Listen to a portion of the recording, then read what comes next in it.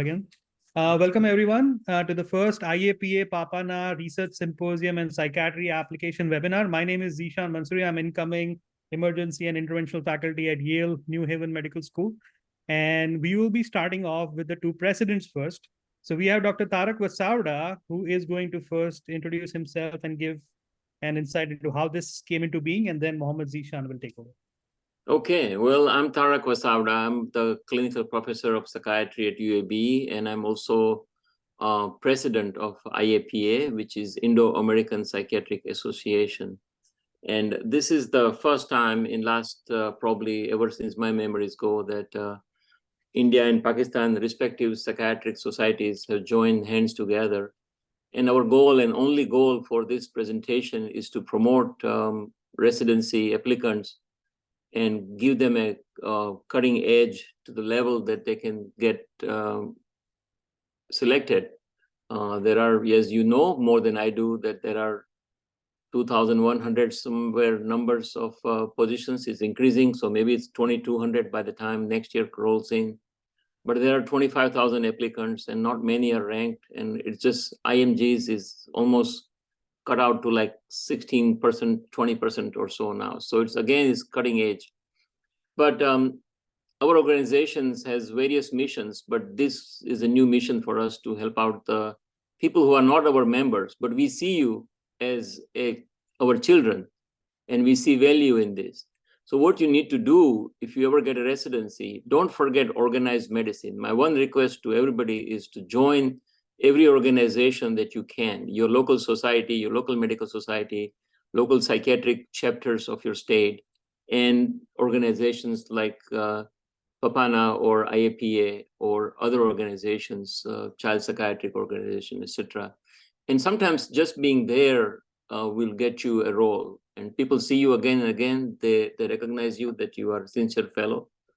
And so life begins like that for all of us. Most of us remember that, going for first meeting and not knowing anybody standing in the corner. And things change after a while. So please keep that in mind and help out your fellows.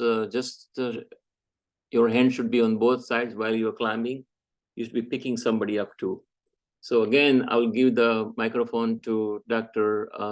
Mohammed Zishan, and he probably will take it over from here. And I really thank my team, especially from IAPA. Zishan is the one that initiated that. Dr. Gandhi is taking lead, and Rikin has jumped in to do a lot. And my two panelists here, Dr. Chandra and Dr. Marwa, are well known. And so again, thank you everybody. And sorry that we started this late, but we want to include people that may be in India and Pakistan time. And so again, welcome. Go ahead, Dr. Mohammed Zishan. Thank you so much, Dr. Vasavda. I think it's such an honor and such a pleasure to have this historical event. So I'm really grateful for IAPA leadership, for you, Dr. Vasavda, as a president, Dr. Tanuja Gandhi as a general secretary, and along with all the esteemed speaker and panelists, Dr. Chandra Patel, Dr. Marwaha, and especially Zishan Mansoori, definitely bringing this idea and making it happen. And also thankful to our PAPANA core leadership, PAPANA Executive Committee, along with our speaker, Dr. Manal Khan, and panelists, Dr. Naman Ashraf and Dr. Sadiq Naveed. Along with that, I want to congratulate our winners, the session winners. And I also want to thank you for all the participants who were able to submit their submissions. This is just one of the many opportunities you may get.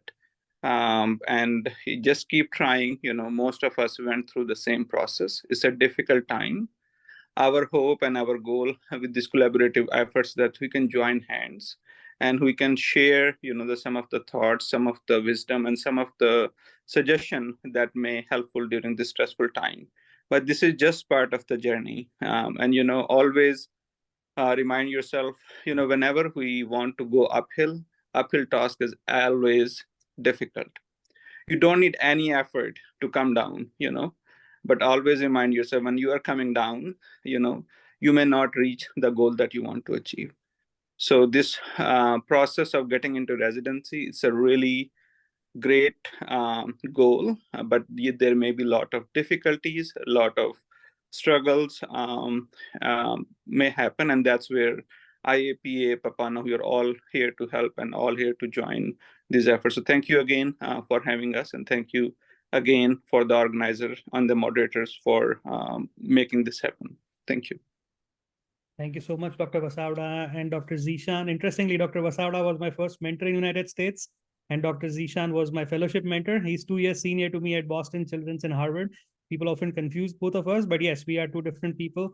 I am Zishan Mansoori from India, and he is Mohammad Zishan from Pakistan. And yes, we both went to Harvard. So with that, just to introduce what we did. So we had lots of submissions for our research symposium. And out of that, we selected the 3 best presentations, each from India and Pakistan. So these are the 6 people who are going to speak today, which will be followed by 2 presentations. One by Dr. Marwa, who is the program director at Case Western, and second is by Dr. Khan, who is the associate program director for child psychiatry at UCLA. And then that will be followed by an open Q&A with our panelists, who I'll introduce at that time.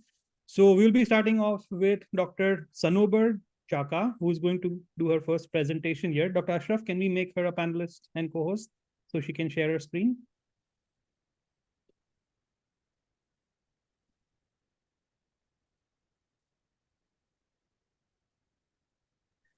I'm trying to find her, and then you can also try if you can move her to the panelist, and I'll just make her the co-host. I just found her, so I just promoted her to panelist. Right, and I'll change it to co-host.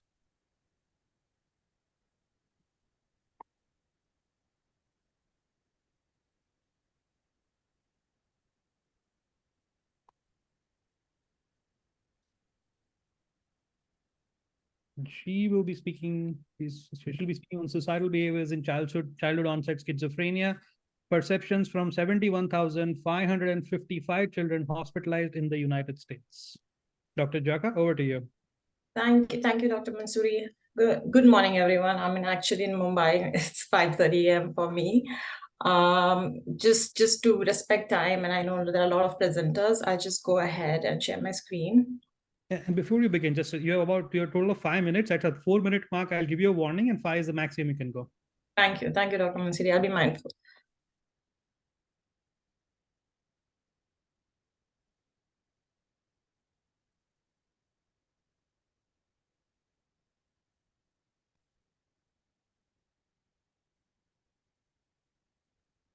I hope my screen is visible.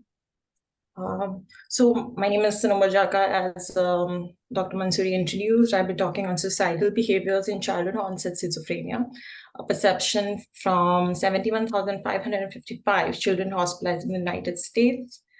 I have kept it very brief, just to study why did we do this? Just to understand the importance of suicidal behavior and childhood onset schizophrenia, both. We tried doing this in the study. Currently, we know suicide is the 8th leading cause of death in children aged 5 to 11 in the US, and it's accounted for 2.3 deaths per 1 million youth in 2019. Despite this high rates, there is very limited research. There's very limited findings on factors, demographic predictors on the same. One recent multi-state population-based study said that the top comorbidity, the multiple risk factor could be including a mental health disorder, and they were not able to characterize which disorder exactly it is, whether it's childhood onset schizophrenia, whether it's depressive disorder, anxiety, due to limited number of studies and sample data that is available. So we conducted, the objective for the study was to understand basically the demographic predictors and the risk for suicidal behavior and psychiatric comorbidities in children with childhood onset schizophrenia. At the same time, to evaluate the predictors of suicidal behaviors in psychiatric inpatients, including the association with childhood onset schizophrenia. As we are all aware, we used an IST data set, which is available, which is a de-identified data set available in the United States. We included, our sample size included 71,555 inpatients with primary discharge diagnosis of all the psychiatric conditions. We only limited our sample 6 to 12 years of age. A mean age was 10.5 years. We then categorized the sample into two parts, one with primary diagnosis of schizophrenia versus all the other primary psychiatric diagnoses. Our sample was pretty small when we saw the primary diagnosis of schizophrenia, which included only 1,435 out of the total, which was around 2%. We then ran the statistics, descriptive statistics, and logistic regression to study the demographic predictors. The first result that, as I said, was childhood onset schizophrenia was only 2%. The mean age was 10.5. Females, although the childhood onset schizophrenia prevalence was high in males, but the risk was more in females. The odds ratio was 1.29. And as you can see, the childhood onset schizophrenia was higher in whites, but given the data set, the high population of Asians having higher risk of having childhood onset schizophrenia. And also the median, the children with the median household income were at higher risk, below 50th percentile, were at higher risk of having higher risk of having childhood onset.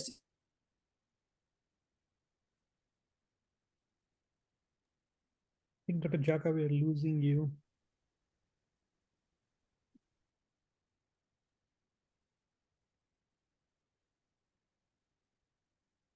Oh, she got off. Saying she's in Mumbai, so tech issues.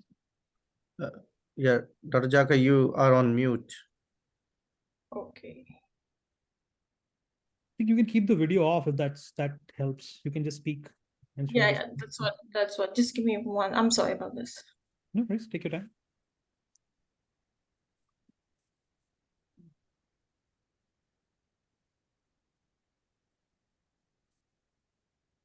Is my video available? I mean, visible again? Yeah. Yes. Yeah. Okay. So as I was saying, the prevalence of psychiatric comorbidities in 6 to 12 years old, we saw the highest prevalence in childhood onset schizophrenia patients were neurodevelopment disorders. We all are aware there's actually genetic component overlapping, so probably this is the cause of that finding. And also suicidal behaviors were very high, but they were not statistically significant. When we ran the logistic regression model, there was no risk with childhood onset schizophrenia and suicidal behaviors. 1 minute left.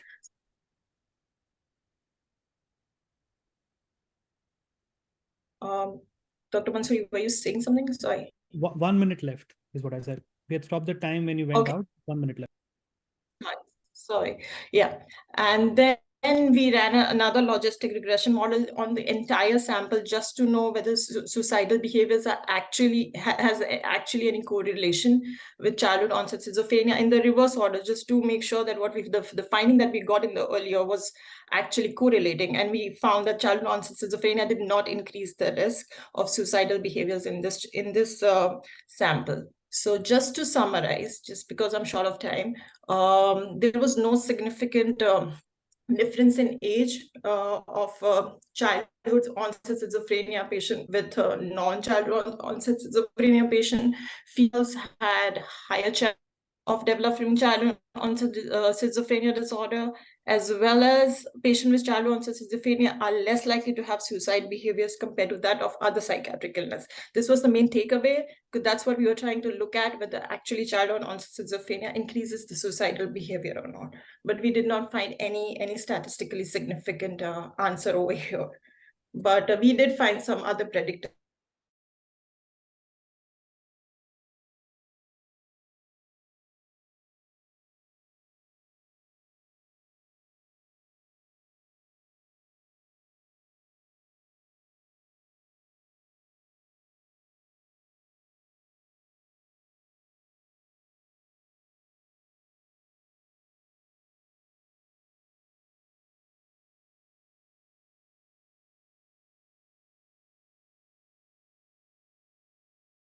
Again, because we do not, they do not capture that data, whether there's a readmission rate or no. So I think is treated as a new patient as far as I know in the NIS data set. So it's very difficult to say that it's the same patient again and again, or it's a readmission. That's one very big limitation of NIS data set. Thank you. One more question. We have time if someone has a question. Looks like there are no questions. Thank you very much, Dr. Jaka, for this. Oh, there is actually, sorry. Key points about the Hispanic community in relationship with suicidality and childhood onset schizophrenia. Dr. Jaka, what are the key points about Hispanics in suicidality? In regard to this study? Yes. In regard to the study, Black and Hispanic had a lower risk of suicidality compared to Asian, Native Americans, and Pacific Allied had a higher risk, like 1.73 times higher risk than compared to Hispanic. Sorry to cut you off. Why do you think that's the case? I would say poor access to care. That's what I feel in the US. They're underdiagnosed. So I guess, and probably what I can think of and what I've seen is, poor access of care, misdiagnosis, mostly like the symptoms of childhood onset schizophrenia overlap with a lot of other common diseases that we see in children, like ADHD, autism. So I guess it's the overlap, and that's why it's underdiagnosed, I guess. Thank you very much, Dr. Jaka. We'll move on to the next presentation in the interest of time. Dr. Mohsin Ali has been promoted to panelist. Dr. Ashraf, can you make him the co-host? And Dr. Mohsin Ali, who's from King Edward Medical University in Pakistan, is going to speak on the comparative efficacy and tolerability of medications for opioid use disorder in youth, a systematic and meta-analysis. Hi, Dr. Mansoori. Thank you so much. Over to you.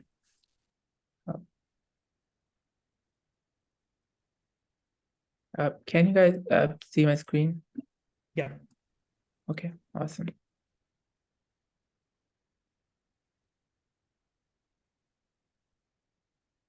Okay, so I'm Mohsin Ali, as Dr. Mansoori just said, and I recently got graduated from King Edward Medical University. And we recently did a study comparing the efficacies of different medications that are available for the treatment of opioid use disorder in youth. We conducted a systematic review and a meta-analysis. As we know that, recently there has been a steep increase in the mortality due to synthetic opioids other than methadone in the last, I would say, a decade.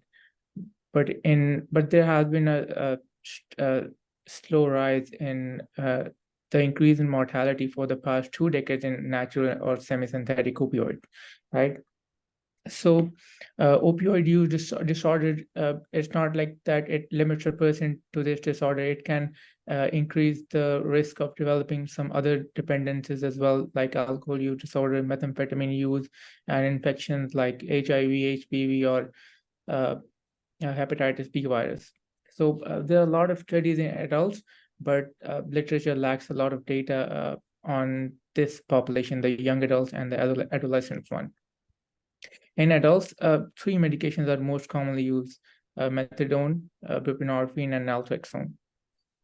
So we conducted a systematic review and meta-analysis on these databases, and our inclusion criteria is evident from our study title. We included young adults, we included adolescents with opioid use disorder and randomized controlled trials, and we found almost 6 studies that we included in our review.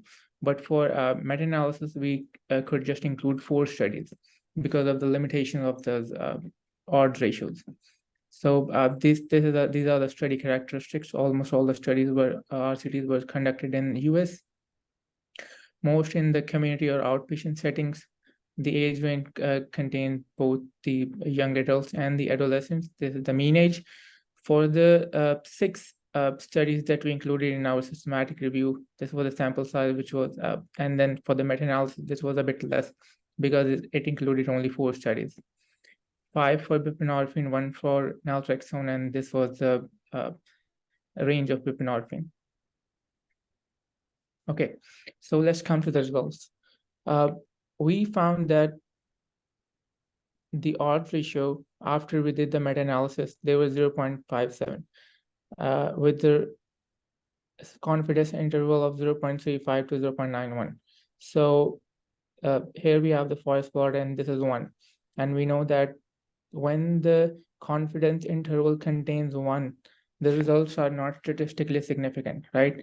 So this does not contain 1. So this is statistically significant in the favor of our experimental group, in which we gave the medication like methadone, not the methadone, but buprenorphine and naltrexone. There was a moderate heterogeneity or the difference between those studies. Here you can see that in experimental group and in control group, the number of participants are almost the same, but the relapse is much higher, and this results are statistically significant too in the control group. So again, showing the efficacy of our buprenorphine and naltrexone regimen for opioid use disorder. Let's discuss the adverse effects. For buprenorphine or Suboxone regimen, the adverse effects were pretty common, like headache, nausea, insomnia, and vomiting or anxiety. But for naltrexone, one study actually reported one overdose. Okay, thank you. One overdose fatality was reported in a study, and in another study, and that study also showed elevated liver function tests. So for implications in clinical practice, we can say that after 5 clinical trials, the maximum dose of buprenorphine that we have tested is 24 milligram per day. One study says it is 25 for naltrexone, but since the data is only limited to 1 study, we definitely need a lot of more clinical trials to calculate or compare the true efficacy of the drugs. The limitation includes the limited sample size and potential publication bias, and there are just 4 studies we included in our meta-analysis.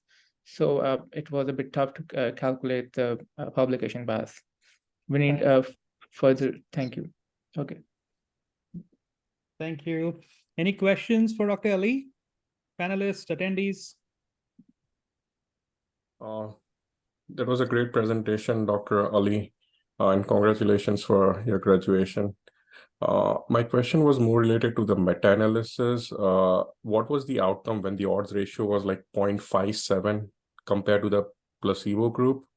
So was it the relapse rate, or what type of outcome was that it was reduced? The relapse rate, the adherence to medication,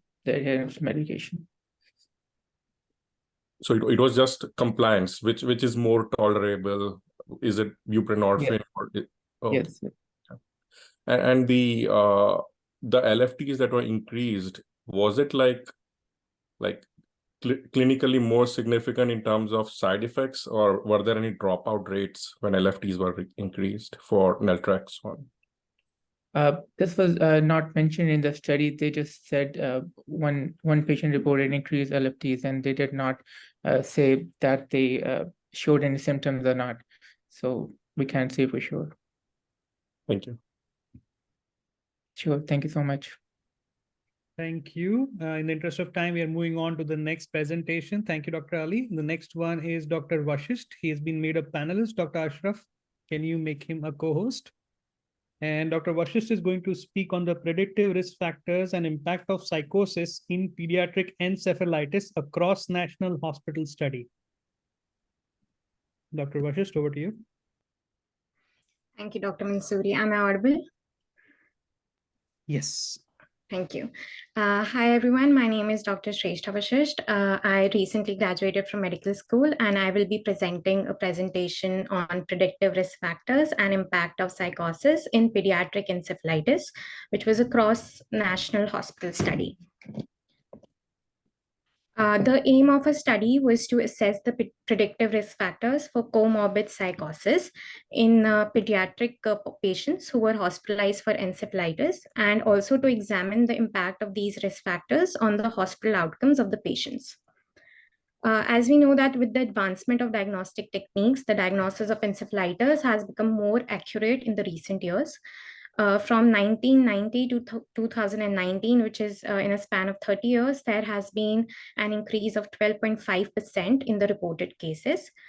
The methods which we used for this study was that we used a nationwide sample from 2018 to 2019, and we used the sample from age groups of 6 to 17 years.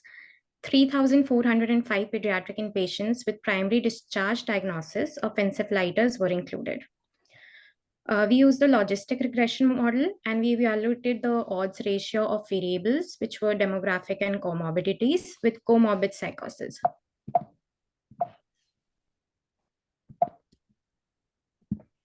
The results of a study were as follows. Out of the inpatients with encephalitis, the prevalence was 5.3%. And out of these 5.3%, majority were adolescents, which were 72.2%. And females were in majority as compared to males, which were 58.3%. If we talk about race, Blacks and Hispanics had a higher likelihood ratio of comorbid psychosis as compared to whites, with odds ratio of 2.41 and 1.80 respectively. If we talk about longer mean length of stay in patients with encephalitis had 24.6 days versus 9.8 days in inpatients without encephalitis. Also, we found a higher mean charge, which was around $262,000 versus $135,000 for inpatients without encephalitis. If we talk about the mean age of the patients with comorbid psychotic disorders, it was significantly higher, and it was at 12.8 years as compared to 11 for those without the diagnosis.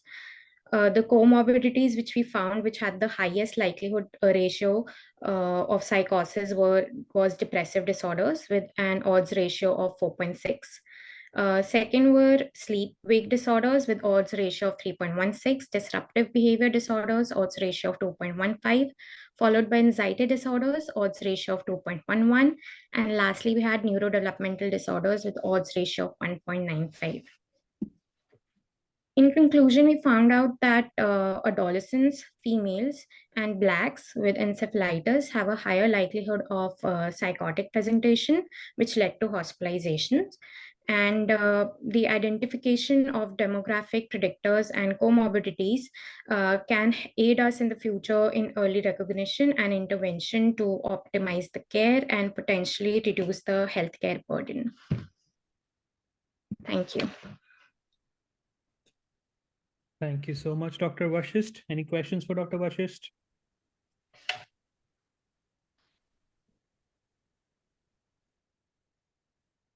Nobody has it. I have one question, this one.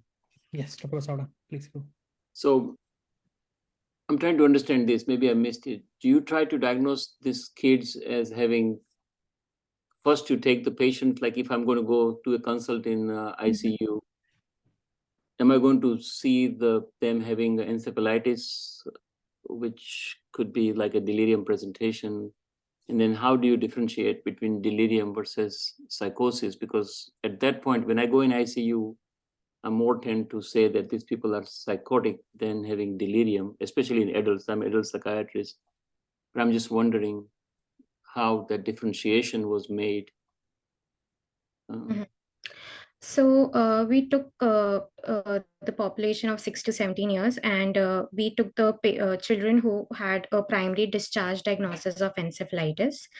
And regarding the delirium and the diagnosis between delirium and psychosis, I think that in children, it must have been easier to differentiate between delirium and psychosis because they are less prone to delirium. So I think that's what helped us to differentiate. I can jump in outside the study, I think it's really hard, as Dr. Wasauda mentioned, psychosis versus delirium. It's very dependent on the health system, what type of measures they take in terms of early recognition. At my university hospital, like they have been aggressively using the CAPT as well as the childhood version of confusion assessment, like ICU-CAM scale, and that's how they are able to do. Sometimes under 2 years of age, that's where they suspect higher risk of delirium, as well as, I guess, neurodevelopmental disorders or IDD. Those are some factors which may like increase the chances of having a delirium versus psychosis, and that's where it becomes difficult in terms of medication choices. I'm wondering, encephalitis is considered as delirium, because encephalitis, just having encephalitis is not delirium. Am I right? I think most of us would say that. You may have infection, but it doesn't mean like you have UTI, but you don't have a delirium kind of thing. Yeah, Tarak, my understanding is that this is post-discharge, right? So they're looking at outcomes in patients who were inpatient hospitalized for encephalitis versus pediatric patients who were hospitalized for other reasons. And then they're looking at, what percentage of them have eventually an outcome of psychosis. So that's my understanding. That's my understanding. Because I have changed diagnosis quite often. After a few days of seeing these people, I said, oh my God, this is psychosis. This post-delirium psychosis is like almost PTSD psychosis, which also happens in these people. Right. So my understanding is that this is, kind of looking at, kind of following these patients who had encephalitis post-discharge hospital versus patients who did not have encephalitis, pediatric patients, and then looking at how many eventually develop psychosis versus the other one. Yeah, but good. I think it's a very good thing. But always tease out when you do a research thing, just don't take somebody's word for it and just think yourself at this and go for it. But I think this is a very good aim for what you did, Shrestha. So it's good. Thank you. Thank you. Thank you, Dr. Vashisht. So I think Dr. Mohammad Umair doesn't seem to be here, so we'll skip him for now. If he comes in by the end, we will keep him there. So Dr. Kanuja Sood is going to be the next presenter. She's going to present on suicide in gender minority teens. They need our help. Dr. Sood has been promoted to panelist. Can we make her the co-host? So there's no other from PAPANA, Zishan? We're doing. Mohammad Umar is absent. So we are skipping to number 3 India, and then we'll go to number 3 Pakistan, and then we'll go back to Pakistan if Mohammad Umar comes back. So I don't see Dr. Sood here in the panelist. Again, yeah, I promoted her, but I think let me promote her again. Okay. Okay. Yes.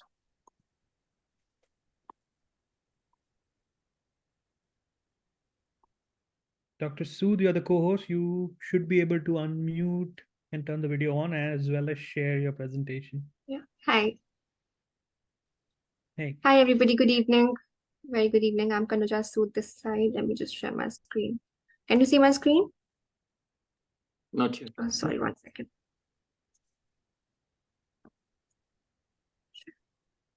Okay. Can you see my screen now? Yes, we can. Okay. Thanks. Sorry, just give me 1 second. Okay. Hi, everybody. I'm Kanuja Sood this side, and I'm an international medical graduate from India. And currently, I'm in San Diego in University of California, San Francisco for my observership in child and adolescent psychiatry. So yeah, okay. So let's start with my presentation. It's on suicide in gender minority teens. They need our help. Sorry for that.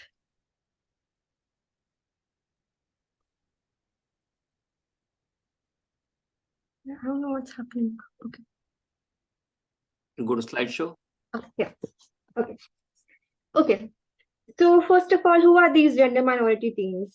So gender dysphoria and gender incongruence is actually defined by gender incongruence, which means that when the patient's aligned gender does not match with the patient's identified gender.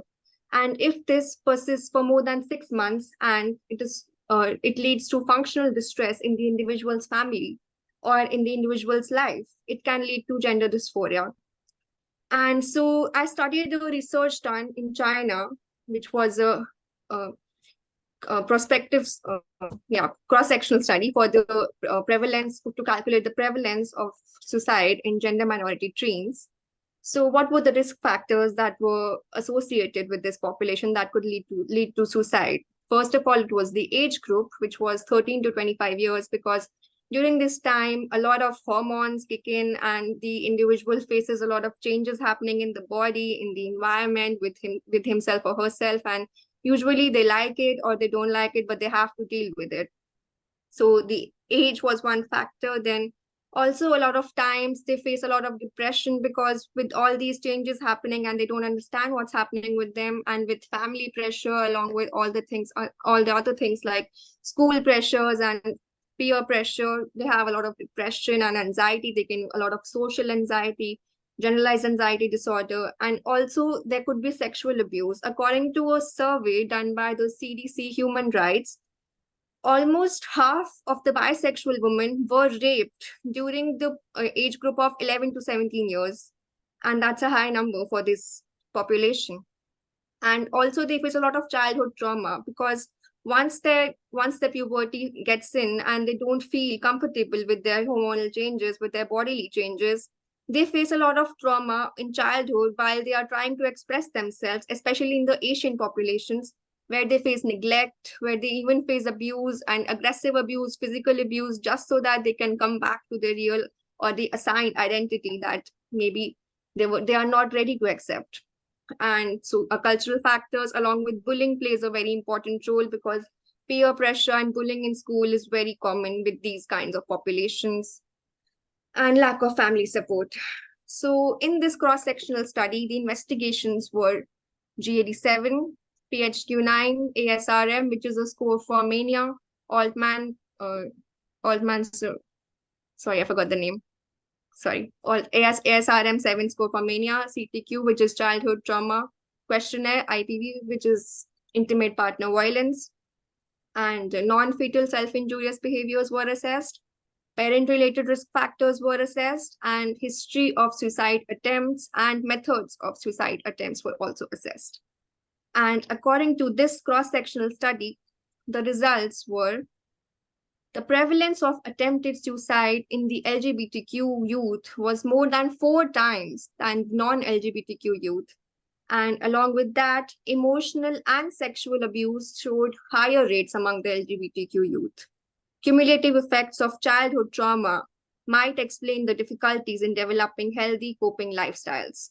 All these trauma lead to a very disturbed adulthood, a very disturbed youth, and so it can have a very big impact on their lives, actually. So according to this research, the conclusions were, especially in the Asian populations, there were a higher number of children who are LGBTQ and have a lot of suicide, especially in the Asian populations like India, Pakistan, Bangladesh, China. So we need passionate and friendly pediatrician who can actually guide the family along with the child to actually explain them that, okay, these changes, these are the changes you might experience. And if you don't like it, you can talk about it. And they can refer the child to a child and adolescent psychiatrist if they are not willing to go to a psychiatrist on their own and seek for help. And also they can be referred to psychologists who can adequately diagnose the condition and give appropriate treatment from the psychiatrist, like hormonal therapies and all that. So all the 3, pediatrician, psychiatrists, along with psychologists, they are actually, they have their own setting, which is called as the gender affirming clinics, where all these 3 can collaborate. And these clinics are there in the Western population and in the Western world, like the United States. But these clinics are not actually very popular and not present in the Asian population and in the Asian countries. So yeah, so for our help, we can have more gender affirming clinics. And so these where there are healthcare providers who are experienced with patients. Time's up. Sorry, we have to stop. Okay. Any questions for Dr. Sood? Dr. Marwaha? Yeah, thank you, Dr. Sood, for this nice presentation. It's much needed. I had a question and I may have missed it. You mentioned this is a cross-sectional study. Just wanted to ask what kind of study was this? What was the sample size? What were some of kind of the criteria that you used as kind of inclusion or So the sample size was more than 8,000 8,000 college students of a university. And the inclusion and exclusion criteria, there was nothing there. All the students were a part of the study of a particular college. And out of those, the LGBTQ were actually grouped into a population. And then from them, this data was calculated that, okay, they are 4 times higher risk than the non-LGBTQ population. This was a US study, or is it China or something? It's a China study. China study. Yes. Okay, we got another question. Were the subjects in the study diagnosed with gender dysphoria treated with antidepressants? And if they were, did that decrease the suicidality?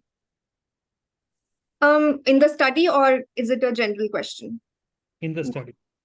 In the study, I'm not very sure, because in the study there was not mentioned if they were treated with antidepressants, because this was just a study to indicate the prevalence of suicidality in this population. So I'm not sure about the treatment part for the study. Okay, thank you. Thank you so much, Dr. Sood. Thank you so much.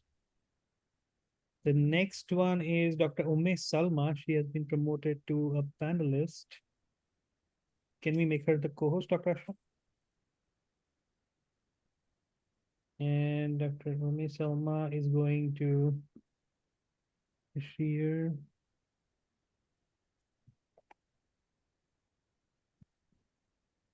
Dr. Salma, are you here? Yes, I'm here. Can you hear me? Yes, we can hear you. Okay, perfect. Your presentation is already there. I hope my screen is visible. Yes, we can see you. So okay, perfect. So I'm Salma Banatwala from Dow University of Health Sciences in Karachi, Pakistan. And today my article is basically exploring the potential of physical exercise in major depressive disorder. And to do this, so I've conducted a systematic review, a meta-analysis, and a meta-regression. So basically, major depressive disorder is a highly prevalent psychiatric disorder, and it's usually managed via multiple interventions like pharmacology, pharmacologically, psychotherapeutically, interventional, and lifestyle modifications are used as well. Lately, a lot of studies have showed that there is an effect of physical exercise as well, and physical exercise can be used as an effective treatment for major depression as well.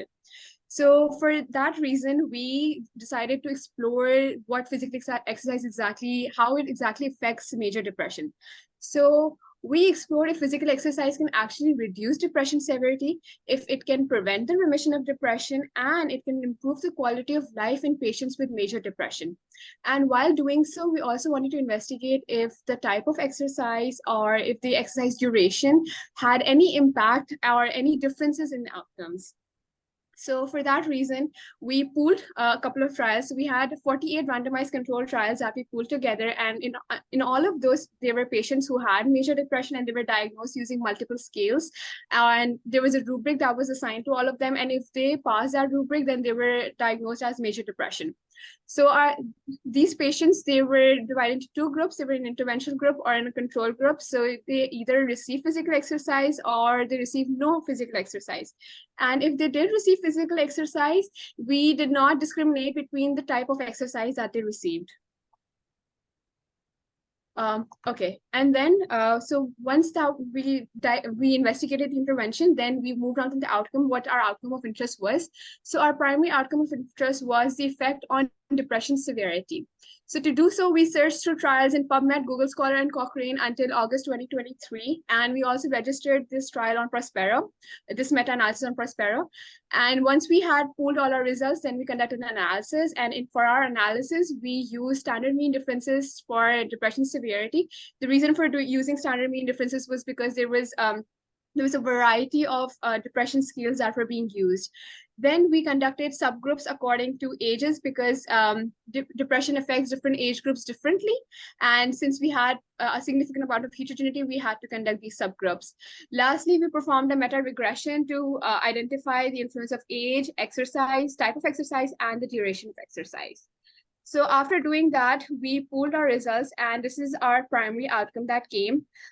So I'm not sure if I can share my screen, but I hope this is visible. The outcome. I hope it's clearly visible. So our primary outcome was the effect of physical exercise on depression severity among the young and the elder population.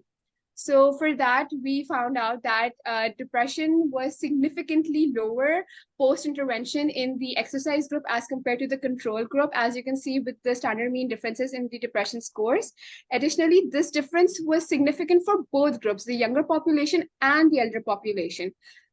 Also, for this outcome, we specifically divided the younger population and elder population on the basis of age. So 50 years above were considered as the older people, and 50 years below were considered as the younger people.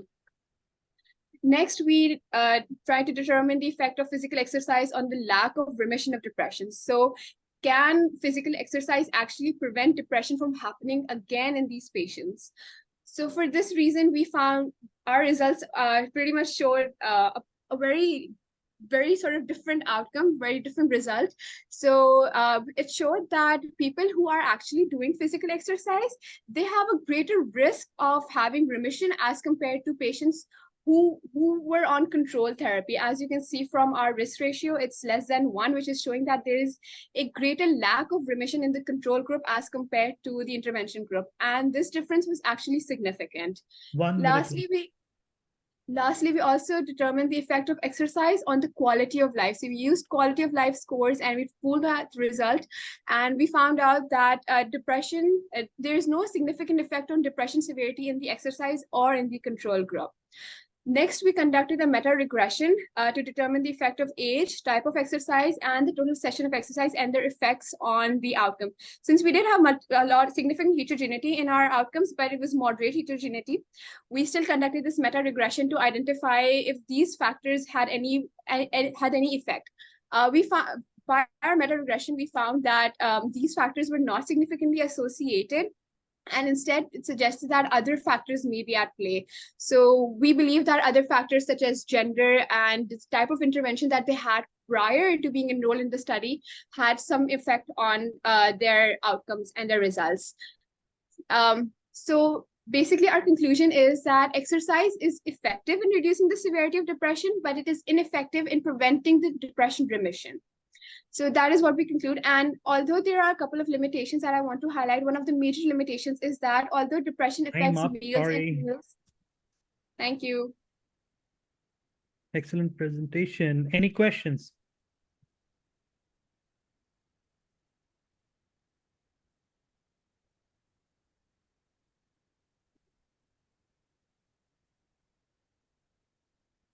No questions. And I'll just comment one thing. Thank you. Great presentation, Dr. Shabar. Is this study published, or is it like in preprints or something, like if we need as a resource? This is not yet published, but we will be sending it for publication once the manuscript is complete. Yeah. Good luck. Great presentation. Thank you. Thank you.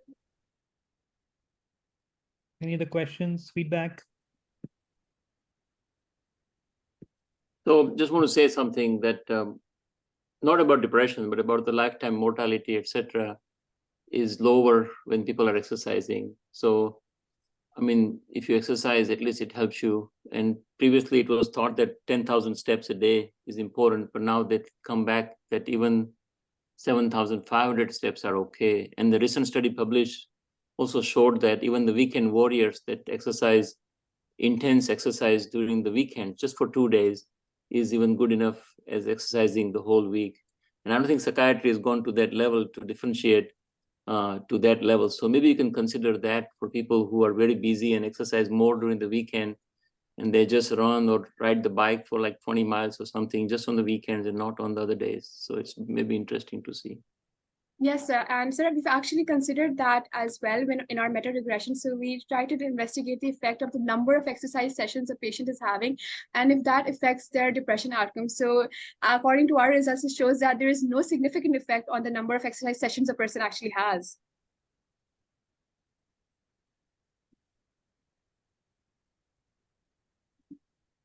Thank you very much. But cardiovascular risk factors, it does show that it's equally good that you do it even on the weekend. So basically you have to move people. That's the important part. And I think it's a socialization. So maybe, did you look at that? If you do exercise with other people versus by yourself, it's also important sometimes. I think that is a very significant factor, but we have not investigated that since our studies did not mention anything related to that.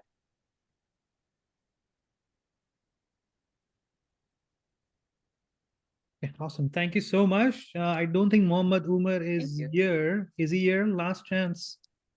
Don't see him. So we don't have him. So we will move on to the two presentations. The first one is by Dr. Raman Marwaha from the Indian side.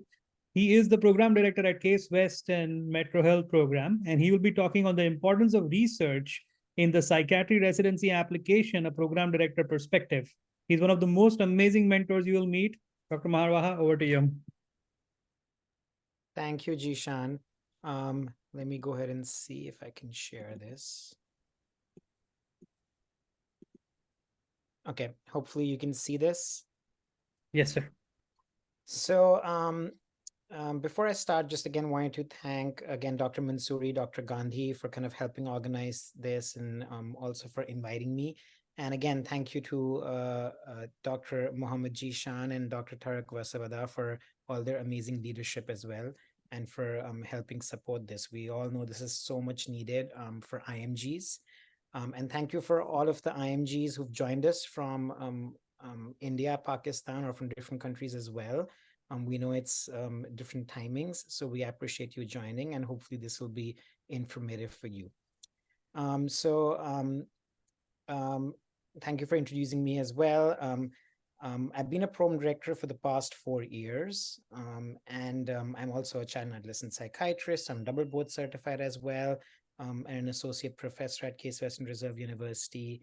I also help with the Caucus of IMG Psychiatrists at APA as the president.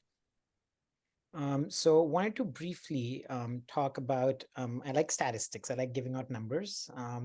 So wanted to kind of like talk a little bit about, why are we talking about this? Why is kind of research important in an application? Why is research important for an international medical graduate?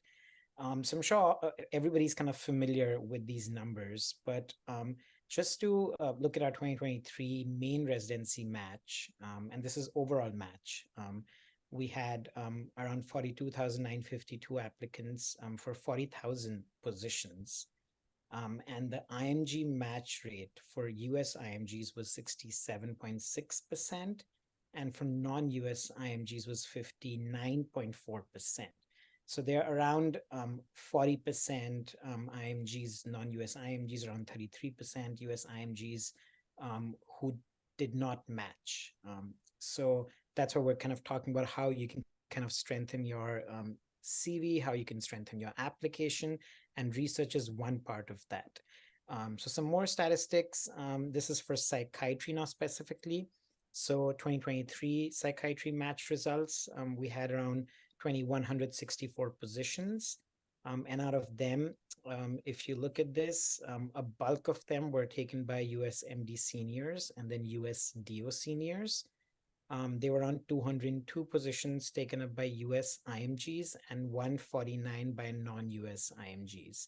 So overall, 15% of positions were taken up by IMGs out of all the match positions. Now, this next slide, just what I wanted to kind of highlight was that a lot of IMGs know this, that psychiatry positions have really increased. We all know there's a need to have more psychiatrists, more subspecialists, more workforce in US. And the positions over the past 6 to 7 years have increased from around 1,500 to 2,100. So that's a tremendous increase. It's an increase of 30% or so. But what's happening side by side is that if you notice, the AMG, American Medical Graduate MDs, it used to be 923 that were matching in psychiatry, and now it's 1375.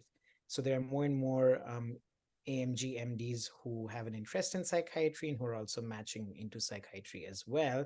And just look at the DO numbers. The DO numbers have doubled that are matching into psychiatry over the past 6 years. So what this has led to is that for international medical graduates, kind of matching into psychiatry has become more and more competitive over the past few years. So what can you do in order to kind of increase your chances? Because again, if you look at kind of the match rate, like 60% IMGs will match, 40% didn't match last year. So what are some things which kind of increase your chances? And this is all through data that NRMP collects. So this is all data which is available on NRMP, and NRMP actually gave me permission to use this for presentations as well. So for international medical graduates, if you look at step 1 score, the higher the step 1 score, the better the chance of matching. And I know, and step 1 is now kind of changed as when. So this is kind of when step 1 had a score. And it's interesting, if you notice, for non-US IMGs, the score needed to match is higher than US IMGs. Same for step 2, same for step 1. So again, higher score does lead to a higher chance of matching, and the average step 2 score for a non-US IMG for match was around 236 compared to 227 those of IMGs who did not match. Now, this is where I wanted to kind of highlight research, what we're kind of talking a little bit about today. So if you look at this data, the second graph, the mean number of research experiences. So for non-US IMGs who matched, their mean number of research experience was 3.8 compared to 2.5 for those that did not match. So this was statistically significant. So not for actually US IMGs, but for non-US IMGs, there was a statistical significance that if you have more number of research experiences, you have a higher chance of matching. Same for mean number of presentations and publications, which is the third graph, and just look at that number. So for non-US IMGs who matched, it was 9.1 compared to 5.4 for those who did not match. So again, a significant number for non-US IMGs, again, not for US IMGs, but for non-US IMGs. So this is a really, really kind of statistically important number. I know we always talk about research is important, posters are important, scores, all the different things that we kind of talk about, but this is data that NRMP produced, which shows that there is a statistical kind of significance in making sure that if you have more presentations, if you have more research experience, the more programs you rank, all these actually have a higher chance. It helps you with matching compared to other ones as well. And interestingly, the last one, I just like to highlight this last one because the more work experience you have, the less chance of matching. And the hypothesis is obviously that we know that the farther you go out of graduation, the more difficult it becomes with matching. So you may be getting more work experience, but your overall chance of kind of matching may be going lower as well. Okay. Now, that was data from NRMP. Now, this is actually the program directors survey from 2021, and NRMP does this every few years, and then they publish it. So this is specifically for psychiatry. So this is asking psychiatry program directors what is important for them when they're looking at applications. So what kind of characteristics they're looking in applicants. Now, something to keep in mind is the N for this is around 67. So it's not as if it's a bigger chunk of psychiatry program directors who are giving this information, but this is the data that we have from program directors.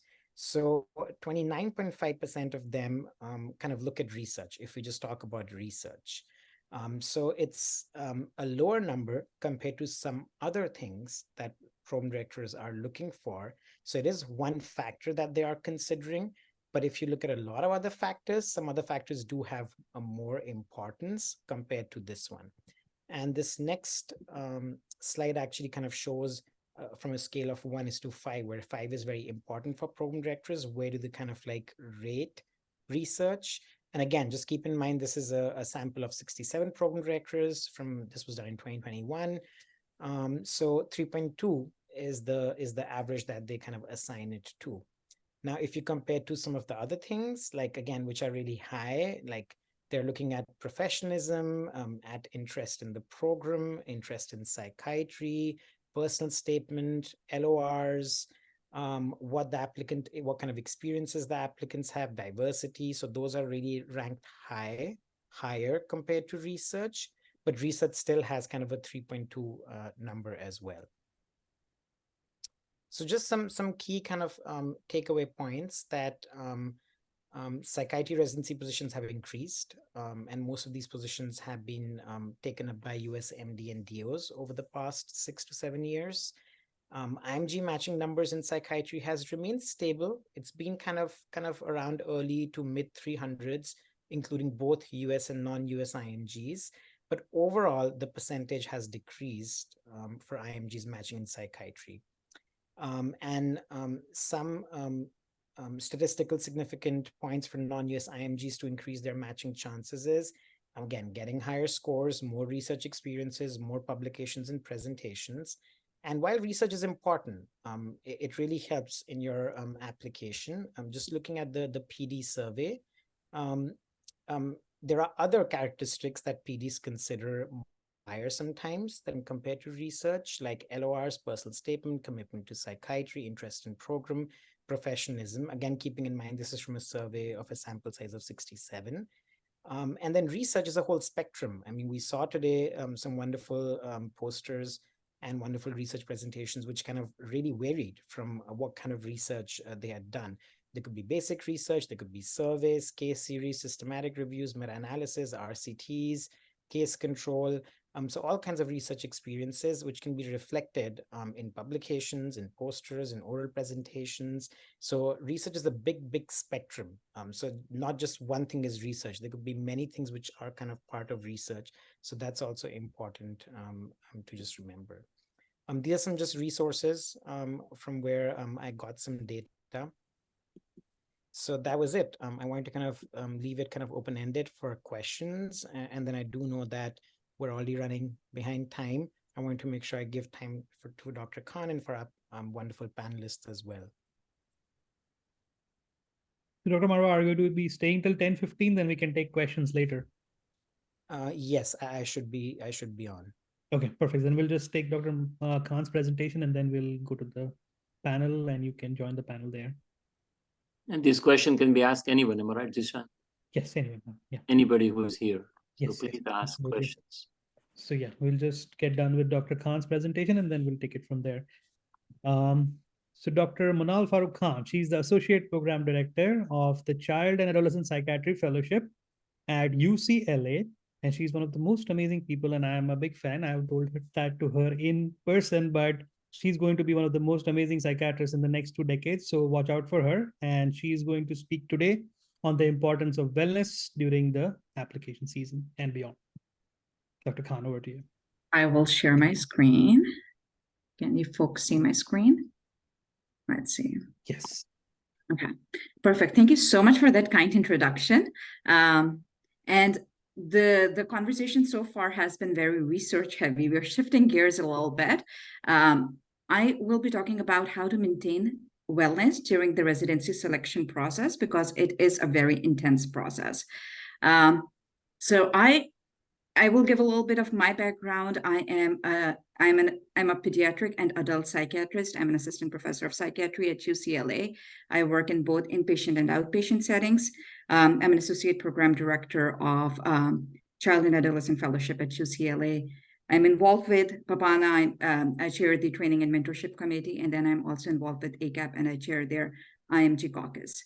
So And I have like a personal interest in wellness. During my residency, I did serve as the chief resident of wellness and recruitment. And I think for any program, and we have a lot of program directors here, wellness and recruitment are kind of intertwined, because if your residents aren't well, they're not going to put on a good show during recruitment season. So they're both very intertwined.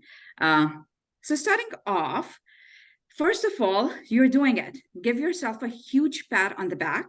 You are in this process.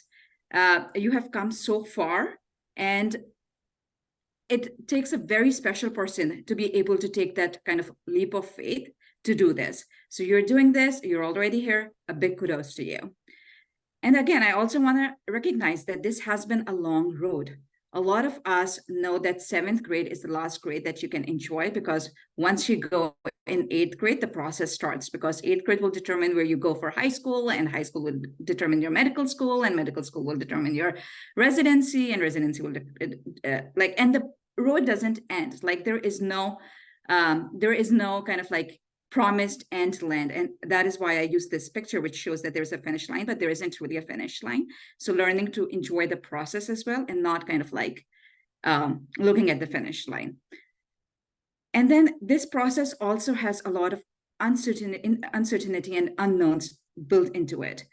If we were to sit with people who work in corporate or any other profession and told them about the match process that we apply through this centralized body, and then we are kind of matched with the program, we give our rank order list, they give their rank order list, and it's like an arranged marriage of sorts that happens through NRMP, people would be, I'm sure we are going to blow some minds on the corporate side, that this process is so nebulous and unknown and abstract and opaque and vague kind of a thing. So there's a lot of uncertainty built into this process. There's also a lot of mourning built into this process, especially if you are a non-US IMG, because it also involves leaving behind your country of origin, your family, your friends, the places that you knew, the music that you grew up with, the foods that taste good to you. You have to leave all of that behind as well. So there is mourning that is kind of built into this process, knowing that it's bittersweet. And this is why I will kind of like highlight the importance of self-reflection and self-awareness, because when there is mourning, there's some sadness, there's a sense of loss. When there's uncertainty, there's some anxiety and fearfulness. And it is really, really important to pay attention to those feelings, because if we don't pay attention to those feelings, they will show up in ways that we cannot regulate or manage. And that is why, and as a psychiatrist, because I'm guessing all of you are interested in psychiatry, self-reflection and self-awareness is a huge, huge quality that will come really handy when you will navigate your residency and fellowship, and then also your career in psychiatry. So the other thing is, all feelings are valid and all feelings provide you data. So all feelings are important, and that is why it is important to pay attention to how you're feeling. Even some of the feelings, and I'm going to name some feelings which we don't like to talk about, and which kind of like skip over them. For example, the feeling of jealousy, sometimes that comes up when people are comparing the number of interviews that they have had, or the number of interview invites that they are receiving. Pay attention to those feelings, because it is giving you information that someone else has something that you desire, and then using that information into guiding your behaviors to obtain that desired object. So use your feelings, don't negate them, don't minimize them, don't dismiss them. Anxiety is normal. I often use this example with the children that I work with, that if all human beings are anxious, this is coded in our DNA.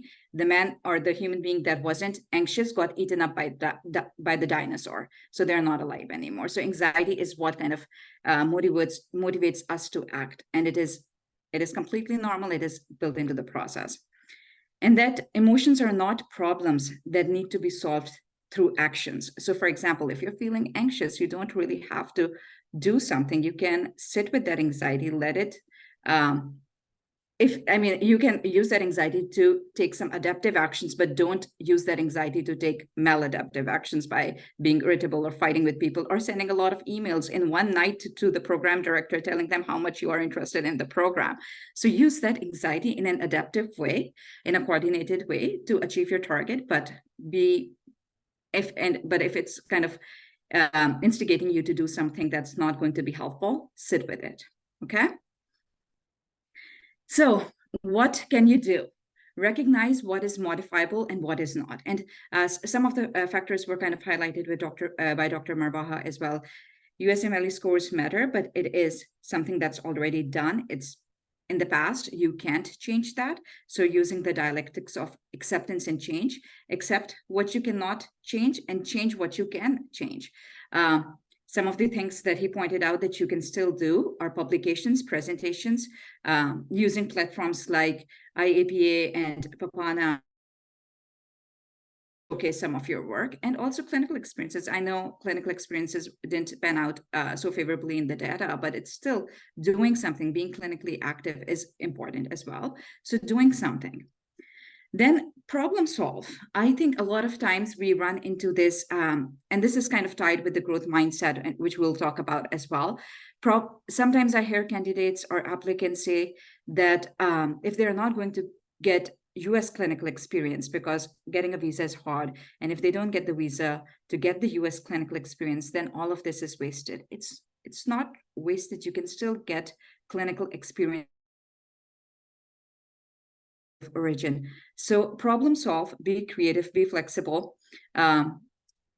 Raises the importance of radical acceptance. Make use of what is in front of you. There's a saying that you need to mourn the ideal to love the real, but I think you also need to mourn the ideal to be able to avail the real. So if you're kind of stuck that I should be able to go to US to be able to do my clinical experiences, then you won't be able to take advantage of what's in front of you. So radically accept, it is what it is, and then making the best of it. Also knowing that nothing is wasted. Sometimes we work really hard on a paper and that paper doesn't get published, and it feels very disappointing, and it is very disappointing. However, when you are studying something or when you are going through these meta-analysis and systematic reviews, you are developing a skill set which is transferable, which you can take to your other papers or other publications or journal clubs. So nothing is wasted. Use that, integrate that into your skill sets. Then growth mindset, the power of yet. Like, I cannot do this yet. I haven't been able to achieve this yet. This program does not have an IMG yet. That kind of mentality. My son is I have a 6-year-old son who's going to kindergarten, and one of the things that they emphasize, and I was kind of taken aback, was the power of yet and growth mindset. So knowing that if you're in that mindset, you're a little bit more flexible and a little bit more open to problem solve.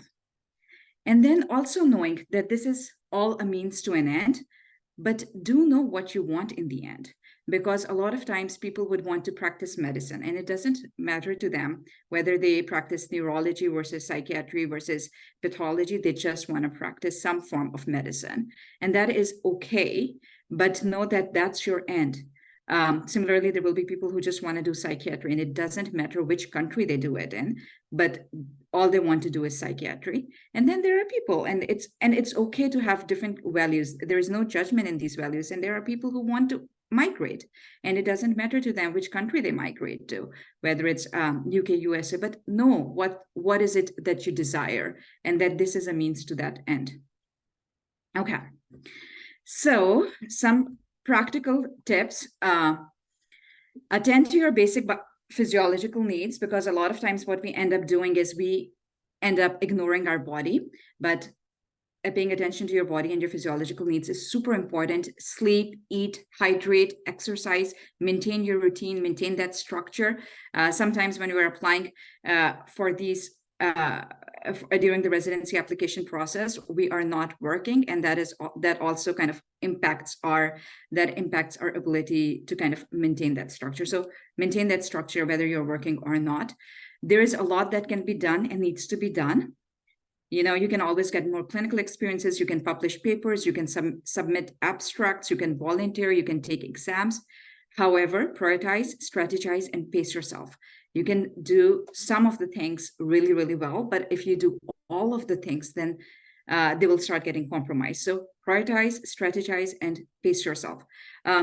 going back to that issue of problem solving, because we were talking about publishing papers, there are some opportunities, like there are some low-hanging opportunities that all of you should also consider when you're submitting. There is a section, for example, in academic psychiatry that is called Learner's Voice, and they take perspectives from medical students and trainees.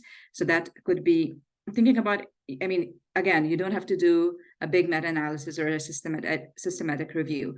You can write narrative pieces as well, and that's good enough too. Then stay connected with your loved ones, including those who are experiencing this journey with you and those who are not. So having friends from, or having like connection with people from all spectrums, because it will keep you grounded. And connectedness really, really helps. Okay. Social media is great, but it can also be anxiety provoking. It can be an anxiety-provoking platform, so limit use if necessary. People who put posts on social media usually don't post about their failures or opportunities that don't come to them. They usually talk about things that they have achieved or the lives that they're living.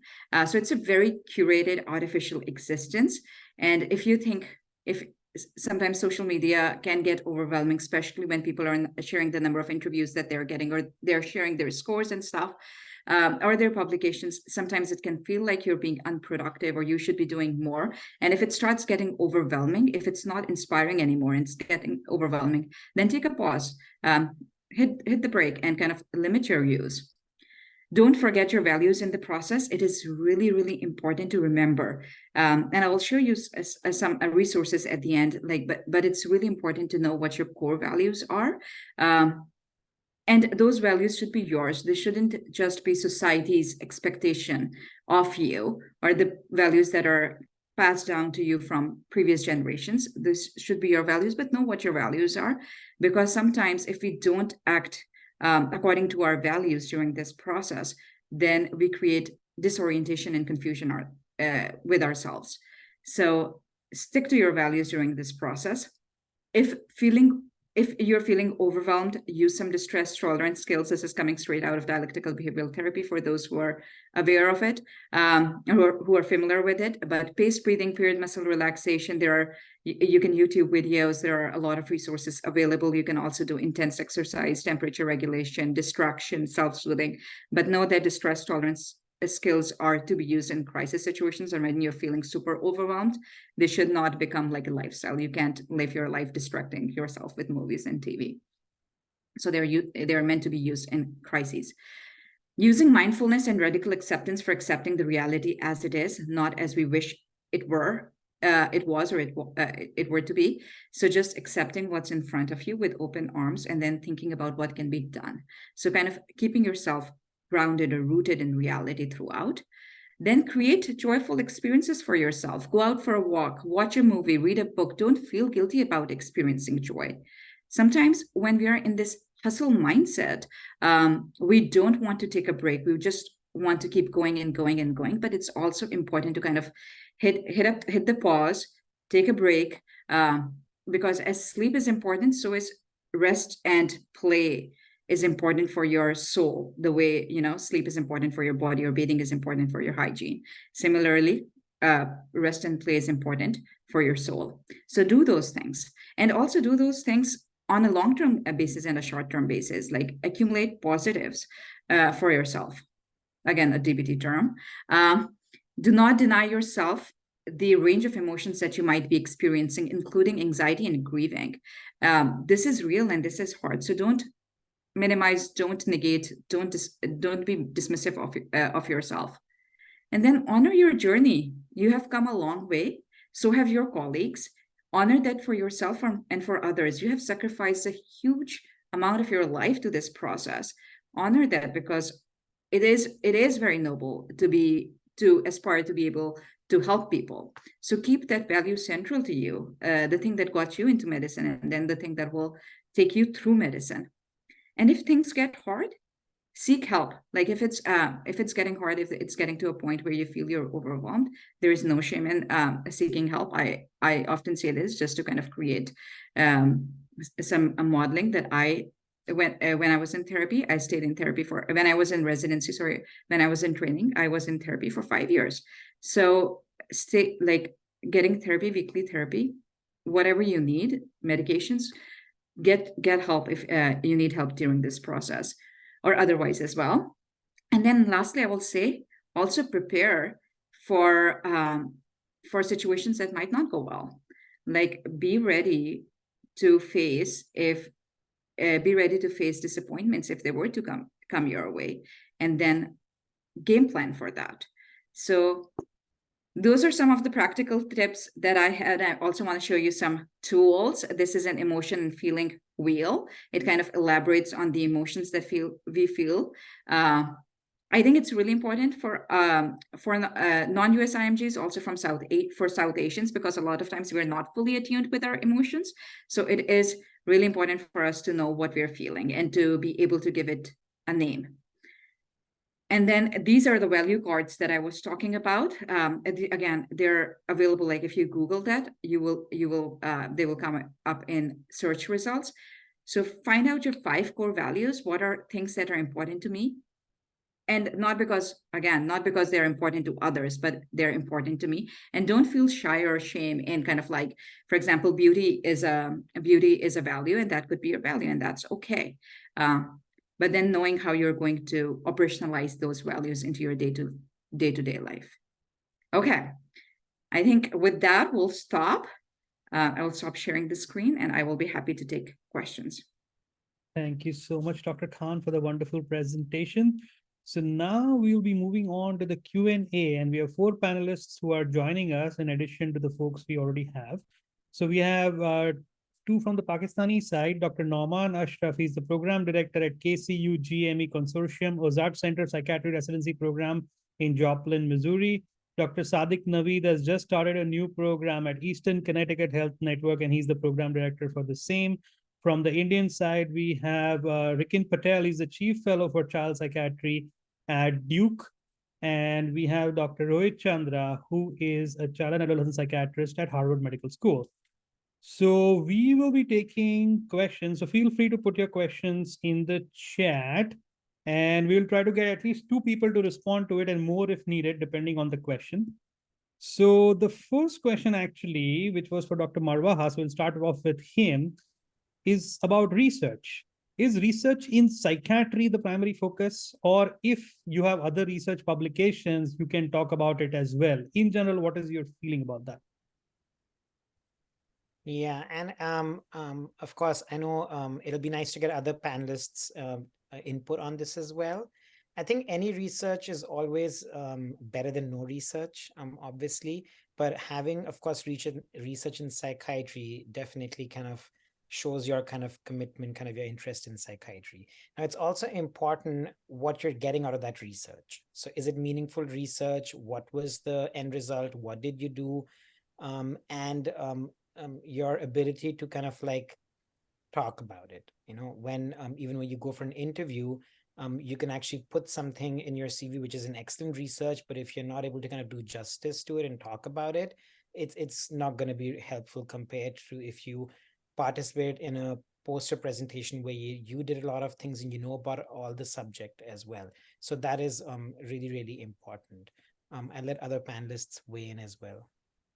Dr. Ashraf. Yeah, so see, the issue now is, I mean, we always talk about how the securing a spot has become so hard, the bottleneck thing. You have too many applicants and fewer spots. So everything is important now. Now, if you have a pristine CV, you are a fresh graduate, and your scores are good and everything looks good, may not need research. You may be able to get interviews, may be able to get selected. The problem is where you want to go to a really good program, prestigious program. Yes, you're going to need all the components. So that's where it becomes very important. And also, if your year of graduation is more than, some programs are looking at 2 years, but I would say 3 to 5 years, then definitely this is something that would increase your chances. And as Dr. Marwah said, you need to have a product so you can talk about it. So you spend a year with someone doing research. Yes, then if you don't have a product, then you talk about what you learned during that time. But it would be nice to have some sort of product, and it's not hard to come up with either a poster or maybe a presentation in one of the research meetings. So say that it's a long-term clinical research, you may not have enough data, but you can have a midpoint presentation and you can go to one of the conferences and do the presentation there. So it's good for everyone, but definitely if your CV has some issues, gaps, failures, year of graduation problem, then it's definitely going to help you a lot. Thank you, Dr. Ashraf. Dr. Naveed? So I agree with what Dr. Marwaha and Dr. Ashraf said. And so one thing that has happened is, as Dr. Marwaha talked about, that recently the number of residency program has gone up. Another thing that has happened is number of psychiatry residency application have gone down.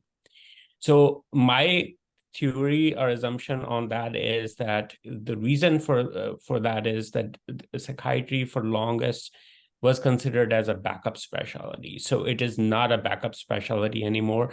I think in last year's match, it was number 4 or 5th among the most ranked specialty. So when it comes to your CV, I think it is about telling a story. It's showing your commitment to the specialty.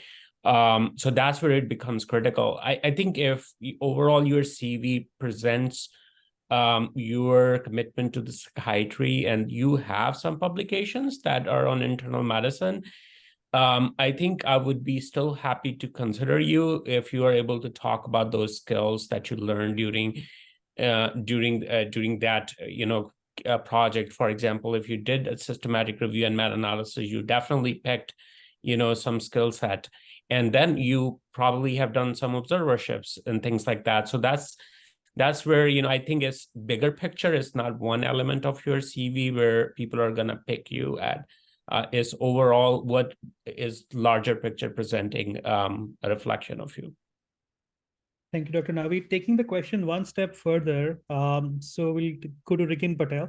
The question is, so is original research really important, or anything that is done would be okay? And then do publications in journals like Curious matter?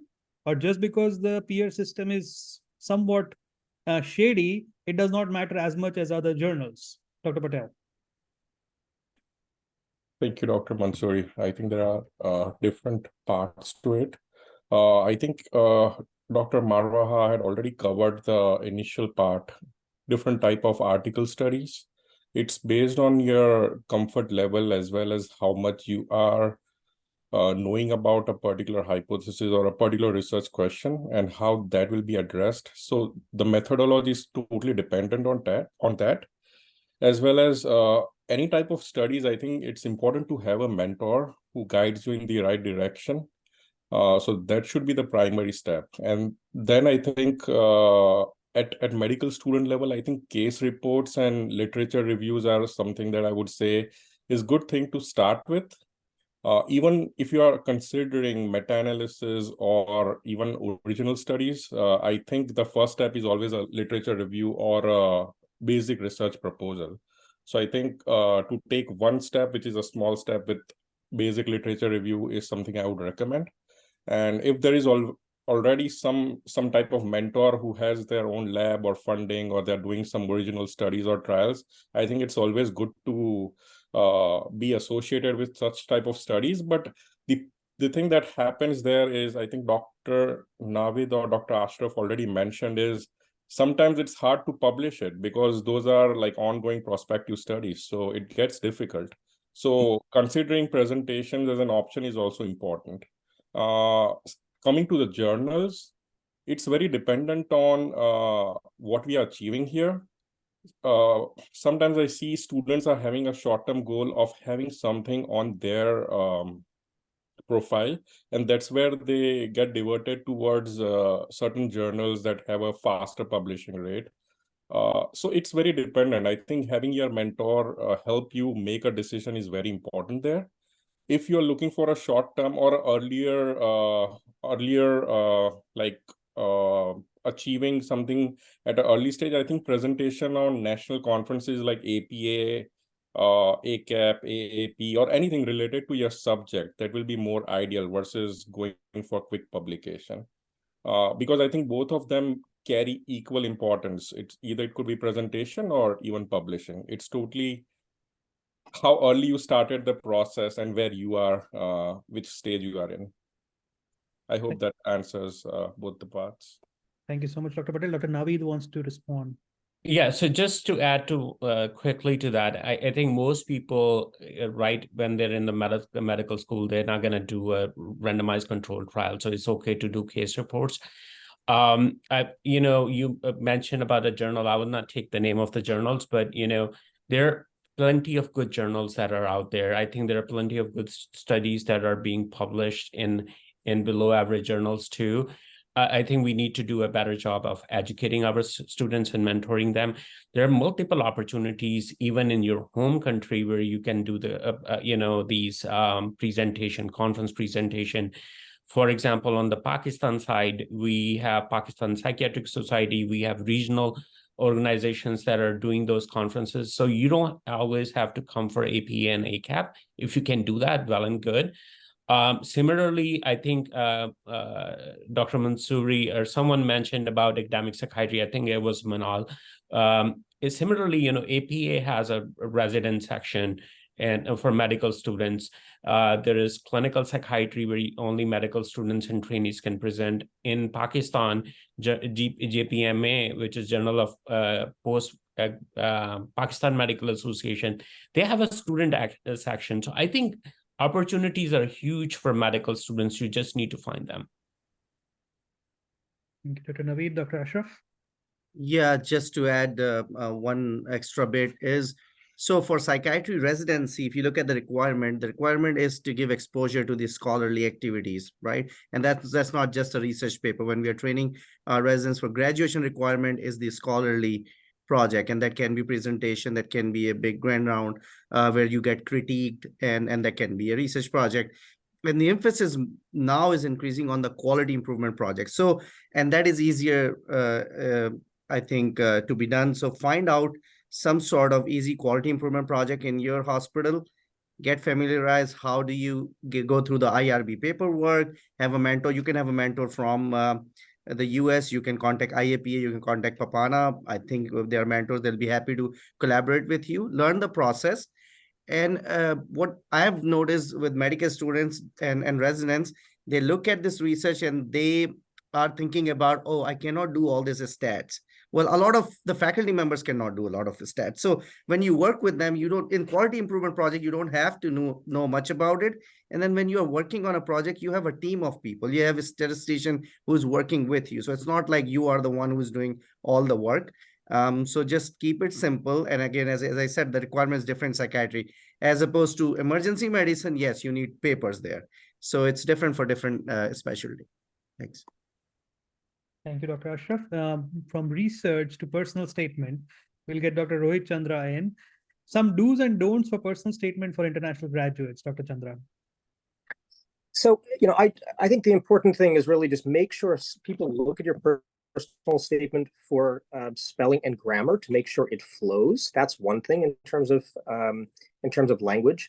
Second is you really want your personal statement, I think, to be a sort of a story. You want something at the beginning to hook the reader, and you want it to be a reasonably good narrative that tells training directors something about you. It gives a sense of your motivation for the field, gives a sense of your experiences. They really want to know who you are, and the more a personal statement gives insight into who you are rather than as regurgitation of what's already in your CV, the better. So you really want to be telling a good story. I think other people refer to this, really a narrative arc, I would say. To be transparent, I'm not a training director. I supervise residents, I mentor. So training directors can correct me, but it seems like a good personal statement gives insight into a person's personal qualities, what's important to them, what has motivated them to go into the field, tells the story well, and does not have spelling errors, grammatical errors, because training directors, like you've heard, have so many applications to look at if they're trying to figure out which ones, who to interview. And if you have errors or if your story isn't very clear, that those may be reasons to kind of weed you out or reasons to kind of put you aside. So personal statements are really important. I look at people's personal statements frequently, make edits, suggest, I say, I don't know what you meant by this opening line. Maybe you want to make it clearer. Your second line maybe should be the first line, because the reader is not properly grabbed, or, it doesn't have the effect that you want it to have. So, I really try to give substantive feedback on them. So if you have friends, family that are really good with English, people who are like English majors or otherwise just, are fantastic with editing, make sure, people look at these. Also, go through successive edits, make sure it is the best that it can be. Again, it's not supposed to be a rehashing of your CV, but something meaningful, sort of a meaningful thread through your life. So make sure that you write, edit, show different people, get their feedback, polish it, take time to do it. Do not say, I have to do this in one night or 2 nights and just has to be in. Very, very important. Personal statement is very important, I think. But again, I'm not a training director, so feel free to correct or otherwise comment. Thank you, Dr. Chandra. Dr. Khan. Oh, personal statements are my favorite. We at PAPANA run this personal statement workshop as well, which goes through many weeks, but we start early so that we can, again, as Dr. Chandra was pointing out, starting early, having a mentor, having people within medicine and outside of medicine also review your personal statement, because a lot of times, for example, in my personal statement, I use the word house job, but a lot of people will not know what house job is in the US. So kind of getting someone from here to read the personal statement as well. So having multiple perspectives on it can be helpful. And again, I will echo what Dr. Chandra was saying, that having a personal story, like I want to know about you. I have the CV to know about your clinical experiences. Sometimes people use, and I'm seeing this fall a little bit out of favor now, but sometimes people talk about a meaningful case that they saw, but sometimes some people kind of spend a big chunk of their personal statement talking about that case or talking about multiple cases. I rather hear about the impact of that case on you or how you processed that case, but not so much in clinical terms, but like in humane or kind of like humanity terms. Like, I want to know about you. So I think keeping yourself central or your story central in personal statement is really important. But yes, use it to your advantage. Use everything that is there in the ERAS application to your advantage. Use personal statement to your advantage. Don't do like, as Dr. Chandra, like not at the end of, like don't start writing on your personal statement right now. Like if you have it already, then by all means start writing a personal statement, but starting early in July, June kind of a thing. Dr. Gandhi, to take it forward, if someone has significant red flags, do you think that they should specifically mention it in the personal statement, or they should just wait for the interview, if they get the interview, to mention it? Dr. Gandhi? Thank you. I think it depends on what we're considering a red flag here. So say there've been questions asked before, I have a history of mental illness, or I'm on treatment for this condition. Should I put it in my personal statement? Or I have family members who I took care of and they have mental illness. So this kind of issue that I took care of, and so I took time off. Should I put this in my personal statement? I think a rule of thumb I go by is it's a very personal decision. Some of us want to keep these things very close to our heart and within family, and we don't want to write. And some of us feel it's just an essential part of your journey, so you want to write it. It all depends on how you put it in, how much disclosure you're making, and how you write it and explain it. Because once it's on your personal statement, everything is fair game during the interview. So you have to be prepared to answer further questions about it. And some interviewers might be kind and respectful, and sometimes it might not be as you were expecting it to be. So I think as a rule of thumb, think if it's a personal issue, think about it. If you think it's a red flag, then think somebody else might see it, and if you're prepared to answer it. When it comes to talking about psychiatric treatment, mental health history, I think we are in a time where we talk about stigma, and it should not be a stigmatized issue, but depending on which part of the world you're coming from or going to, it still can be perceived very differently. So if you do land up writing it, use a strength-based approach and how you overcame it and how it's enhanced your skills and your attitude towards psychiatry and patient care, and how it's enhanced your growth as a person. Than getting into the details of what happened. That's how I would deal with it. Thank you very much, Dr. Gandhi. Moving on to Dr. Mehta, the next question is that, is it does tailoring the statement of purpose for specific programs provide a significant advantage, or is a general personal statement enough? Yeah, so I think sometimes that can be beneficial, because I've seen that when I was part of kind of the interviewing process of a residency, some people would put that what's on the website, or some focus that say if a program is psychoanalytically based, or very heavy CBT, they would kind of put that in their statements if it kind of really matches their personal philosophies also. So I think that does personalize it, and I feel that the program, feel that they might be a good match for the program also, if they do personalize it based on the program. Thank you, Dr. Mehta. So the next thing is, Dr. Marwa, some common mistakes that you have seen IMGs do on personal statement and that should be absolutely avoided. Yeah. So again, just echoing a little bit of what everybody has said, I think give a personal statement, give it importance. It's a very important tool. I think sometimes IMGs focus on putting their CV, like getting that in, that's the important thing.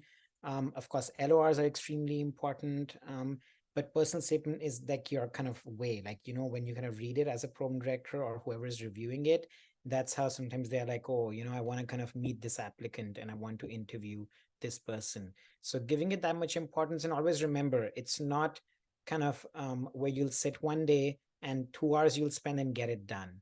No, that's what I think a lot of the other panelists were echoing. It's a process. It's like any draft that you make. Like, it's not going to be like one draft and you submit it. So you have to review it again and again. Getting different eyes on it is really, really helpful, so that you can get input into it. I've had sometimes applicants, because as a general psych program director, I have residents who go for fellowships.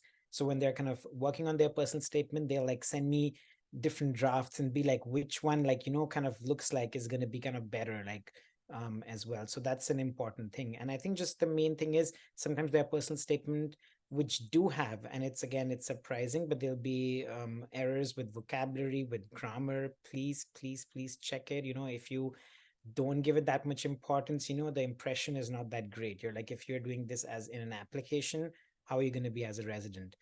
So that's really important as well. So those are some common things to just kind of make sure you're kind of looking into.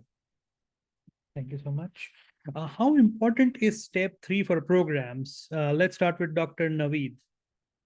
So I just want to answer Dr. Mansoor, your question, and then I'll come to step 3. I think, residency process is already emotionally burning and overwhelming. Don't make it more overwhelming for you by writing individual personal statement for each program. I think that's gonna emotionally overwhelm you, and I can tell you it's exhausting. It doesn't matter to me if you have not mentioned a very personalized personal statement for my program. As long as you're showing commitment to specialty, you're willing to come to us, you're willing to put hard work to that, that's good enough for us. Only situation where I can think of where I would write like a individualized personal statement is, let's say, if you have a spouse who is working in the area, let's say if you're based in Connecticut, and your wife is working in Hartford, and you want to stay in the area, then, you can write in those situations, but there is not any other situation where I think you should write a separate personal statement. One personal statement should work for all. About step 3, I think there are a few situations where I can think of where step 3 is important. In my opinion, I can tell you is a little bit different from most people. I think step 3 is really important, especially, from visa perspective. We had significant J1 processing issues for applicants coming from Pakistan. Most of them, they end up having a favorable outcome because of advocacy from organizational sides. I think it can help with H1. And if you're someone who has graduated, your year of graduation is much longer, then I think you should try to take step 3, get it out of your way. if you have a failure on any of the other steps exams, and that raises questions about your ability to maybe not pass USMLEs, I think I will take step 3 out in those situations. And, you know, another thing that happens just for overall residency perspective, you know, USMLE step 3 is heavily IM focused. So if you get that out of the way, you can focus on psychiatry. But, you know, if you have scored decent on step 2 CK, you don't have any terms, you are pairing an average year of graduation, then, you know, it really is not as important. But in some of those situations, you can try to take step 3. Thank you, Dr. Naveed. Dr. Patel. Same question, step 3. Yeah, I think I'll echo on what Dr. Naveed has already mentioned. I mean, at a applicant level, I can just say that step 3 does put you a little bit on a fronter, I would say much ahead in terms of, I would say at least in terms of even possibly on ranking. And as for visa candidates, I think getting step 3 out is also important. Equally important when you start a residency as an intern, I think it was good that I already gave my step 3. So you can completely dedicate your time more towards the clinical experience, because a lot of things like coming to the US, different work culture, the way how the educational system works also, many factors play into role when you start a residency. So at the same time, if you also have to have a protected or dedicated time for studying for step 3, that's going to be a little bit more overwhelming. So I can speak from that side. Like I would recommend getting step 3 out mainly for helping you prefer like H1, if that's going to be one of the option from the program, or even for your higher chances of ranking. And also just to have something out of your plate and completely focus on your residency. Thank you so much, Dr. Patel. So the next question is, this year, there have been some changes in ERAS, and you can only put 10 experiences. You can't put unlimited number of experiences. So what is your advice for applicants? How do they select those 10 experiences? And like, this is the first time, so people have no idea about it. So Dr. Ashraf, let's start with you on that. Yeah, so and out of 10, you can have 3 meaningful, right? So you have to figure out which ones are meaningful to you, which means they somehow transform you, they somehow something like connected to your field. You had experience that brought you closer to your medicine, field of medicine overall.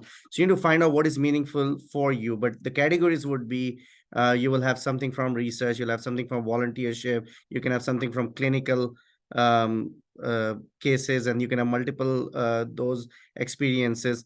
And then if you served as somewhere as a leader in a leadership role, say suppose people have organizations, volunteer organizations in their hospitals, and they served in those roles. So when you talk about those experiences, what you're trying to do is you're trying to portray your your abilities and your qualities. So somebody mentioned for personal statement, tell us stories, and that's exactly what we are looking for. So rather putting down, I'm a hard worker, how can you show that being part of some leadership role, what did you do, what did you learn, the conflict resolution skills, the team building skill, time management, organizational skills. So tons of these things, advocacy. So if you sit down and think about when did you maybe you presented a poster somewhere in a conference, that would be meaningful for you, right? So you need to just come up with those 10, and out of those 10, what are the 3 most significant ones? And that's what you have to use. Now there's one which is impactful experience, which has to do with if you went through some adversity. Not everyone has to go through that, and then you can leave it in that case. But if you have had some hardships, and I think most of the IMGs who come from outside the US, they go through some sort of hardships, either financial or otherwise, and then they can talk about that impactful experience too. So that's how I would just put them down from different categories, and then find the 3 best meaningful for that. Thank you, Dr. Ashraf. So for Dr. Khan, same question, but adding one more thing. There has been a discussion going around that they have removed hobbies from ERAS, and people want to put hobbies as one of the 10 experiences so that the hobbies do come in the application. What do you think about that idea? And do you think people should do that? So I have seen some applications that have included hobbies as one of those 10 experiences. And as a medical student, you can only have so many experiences, right? Also knowing that you don't have to have 10 experiences, that's okay. But I mean, use everything to your advantage. But if you're like falling short of some 10 experiences, that's okay as well. And as Dr. Ashraf pointed out, using like diverse experiences from different arenas, because it will look at some volunteer experiences, some advocacy-based experiences, some research-based experiences. Once you have kind of hit all of those, then thinking about like if you still have space, I think, and if you have like a really different, like if you have a really cool hobby, and even if you don't have a cool, like it's really hard to say what is a cool hobby and what's not a cool hobby, but if you have a hobby that is formative for you and it's a huge part of your life, and you can talk about it in terms in ways that it's going to showcase how, like, for example, I will give an example. I used to be the captain of basketball team, and I can use that basketball or being the captain of the basketball team as like leadership skills or as team building skills. So using, or as skills of managing disappointment or managing victories. So if you have something like that, then using it in a way to showcase your strengths, not just talking about it in a way that, you know, I watch TV, but also talking about, you know, if you're watching TV or if you're listening to podcasts, what kind of podcasts? Maybe like Carla at Psychiatry, might be like Esther Perel, that kind of also builds a story that's favorable for you, right?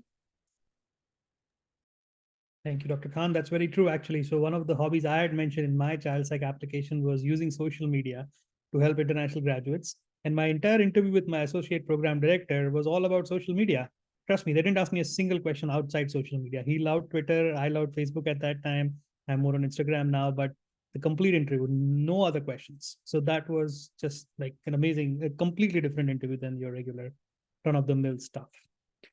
Okay, so the next question is signaling as well as geographical preferences. These are two things that people always like have the confusion. Should we put it? Should we not put it? We are IMDs. If we select one side, the other people will feel bad. If we don't select it, then also they may feel bad. So that is something that people are not totally sure about. So Dr. Gandhi, what are your suggestions for geographical preference as well as signaling? At least the little that I've understood is that signaling is to say that, hey, I'm interested in going anywhere, but preferably I'd like to come to you or in this region. What I've heard so far in the program directors who are more closely acquainted with the process can correct or give more information. It does not mean you won't be interviewed by the other programs. I think because there's so many more virtual interviews happening, it gives programs a chance to look at the people who are really committed to making the move. So I think as an IMG, I totally understand. I was reading one of the chats which said I had like 80 or 90 plus applications to programs and I got just one interview. Believe me, we've all been there at some point in our life. So it's not to say, yep, it happens, so it's okay, but that's a sad part of the process, that even that one interview could be your meaningful position interview. So signaling may not make that much of a difference if you do not want to go there, but might be important if you do want to go there. Thank you, Dr. Gandhi. Dr. Ashraf, in your program, if someone has not signaled you, that's a strong application, and vice versa, would that make a difference in? Yeah, I personally wouldn't mind, but what happens is if you have, say if you have not signaled anyone, then it would say the applicant has not signaled any area. If they have signaled another area, not my program, then it's blank. So, you know, like if you want to know that this person has not signaled you, you would know in some ways. I don't think so that I would care about that, but if they have signaled me in my program, then yes, they are showing interest. Then I'm gonna look at the application. And you know, the old way used to be you go to their permanent address or temporary address in the US and you're like, okay, signaling me and you are from Springfield, Missouri, so you're closer to me, so then my interest level goes high. I'm like, okay, this person is likely to come here, and probably if they like, sometimes you have second looks and other stuff, and like in the old school we used to do that. So that's how we used to work. It's good if they signal you, it's great, you feel good. If they don't signal you, I don't think so. We should I don't know, if someone is very narcissistic, they'll get hurt, their ego gets hurt, and they may not interview them. But yeah, it wouldn't matter to me or my program in terms of that. The other question, I think you had the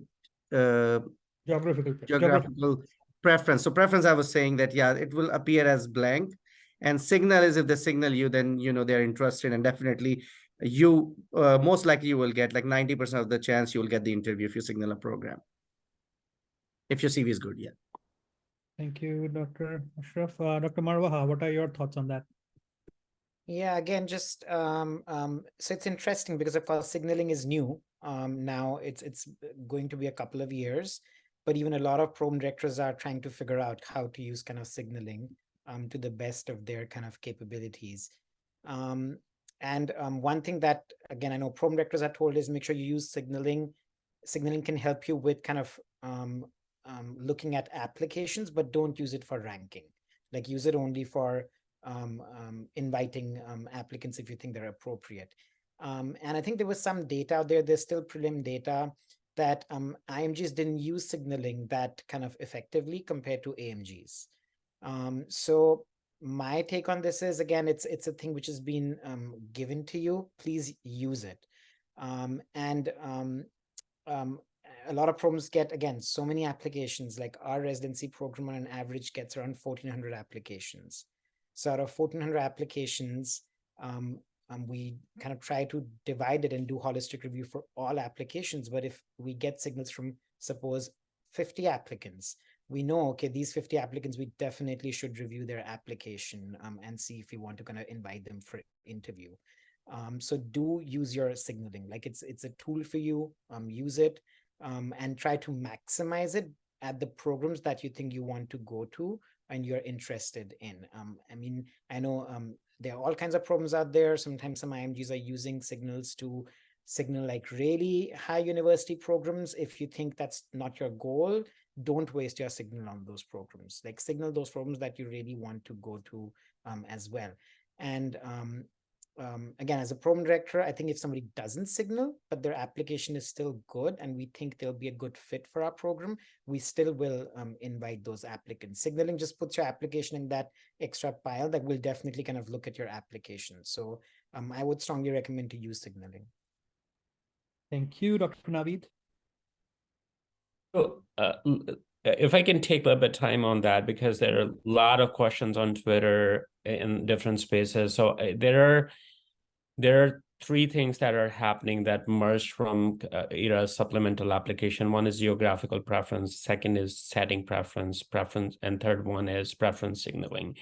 So with the preference signaling, for psychiatry is 5. So just make sure that you signal the programs where you meet the criteria. Definitely, it's a very effective tool.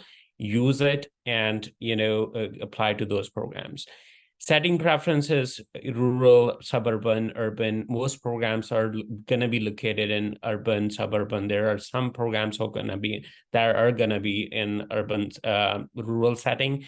So I think I don't have a preference saying that's okay.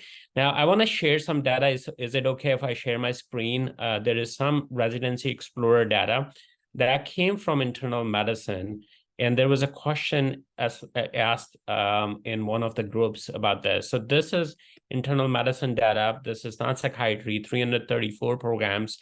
For when their geographical preference aligned, which means their geographical preference, setting preference, and preference signaling aligned, the interview offers were 15% for the candidates. So percentage of the applicants with interview offers, that was 15%, if you see here. With no geographical preference, it is about 5%, and geographical preference not aligned, like your geographical preference, your setting preference, and your preference signaling, when it is not aligned, the rate is about 5%. So first of all, I'm an advocate of, because as an IMG, we come from so many 1,000 miles. We are willing to go anywhere. So if you are willing to go anywhere, you can just say, I don't have a preference. It is okay. Just in the description, write a summary about that, explaining that. And, this data that I'm showing, it is from Residency Explorer, but what does it does not tell us whether the first people who filled the application, they were AMGs, IMGs, or both. AMG traditionally picked only 30 to 40 spots, depending on their geographical preference. And they also get more interviews compared to IMG. So this data by itself, I don't think it explains everything, that we can draw conclusion. And this information is relatively newer and programs are learning. If you look at this year data that came through NRMP, about roughly 80 to 90% of PDs, they considered a geographical preference in their decision to screen an application or, to look at that application. But it's just a screening filter. It does not say that if you don't have a geographical preference, they don't offer you interview. Actually, 90% of them, they screen application based on that, but only 54% interviewed based on that. But again, it does not tell whether they were AMGs or IMGs. So in my opinion, if you don't have a preference, just say, I don't have a preference, that's fine. Because if you pick 3 census region, that only covers 30 to 40 programs of psychiatry. If you pick like New York, New Jersey, New England area, and if you pick another, for example, mid-Atlantic region, so you're missing out on like 100, 120 programs. So just wanted to highlight that. I think it's perfectly okay to say I don't have a geographical preference and explain that. Thank you, Dr. Naveed. One question that has come up is that there are folks who want to match to big programs, Harvard, Stanford, Yale, UCLA. Is it worth putting in extra time in bench research or clinical research at these programs to try to match into these programs? Or given the intense competition, it is futile to think that these places would even consider you? Dr. Chandra. That's tough. I mean, how much does one encourage? How much does one crush hope? So I think it's important to look at the programs you're applying to. I would say it's important to look at, do they have IMGs? Is there a track record? I mean, while it is good to have hope and, that maybe I can be the first IMG, if a program is not taking IMGs and people have just said, this isn't really worth your time. If people in the class above you have said, I couldn't get an interview there, it's just pointless, take their feedback. We all have to start somewhere, and it may not be fair. So I'm American born, I'm second generation Indian American. And fair, unfair, I think what the numbers showed is that Americans get preference. Right? So Americans get preference, US medical graduates who are MD graduates get preference in residencies, US MD DO graduates get preference in residencies.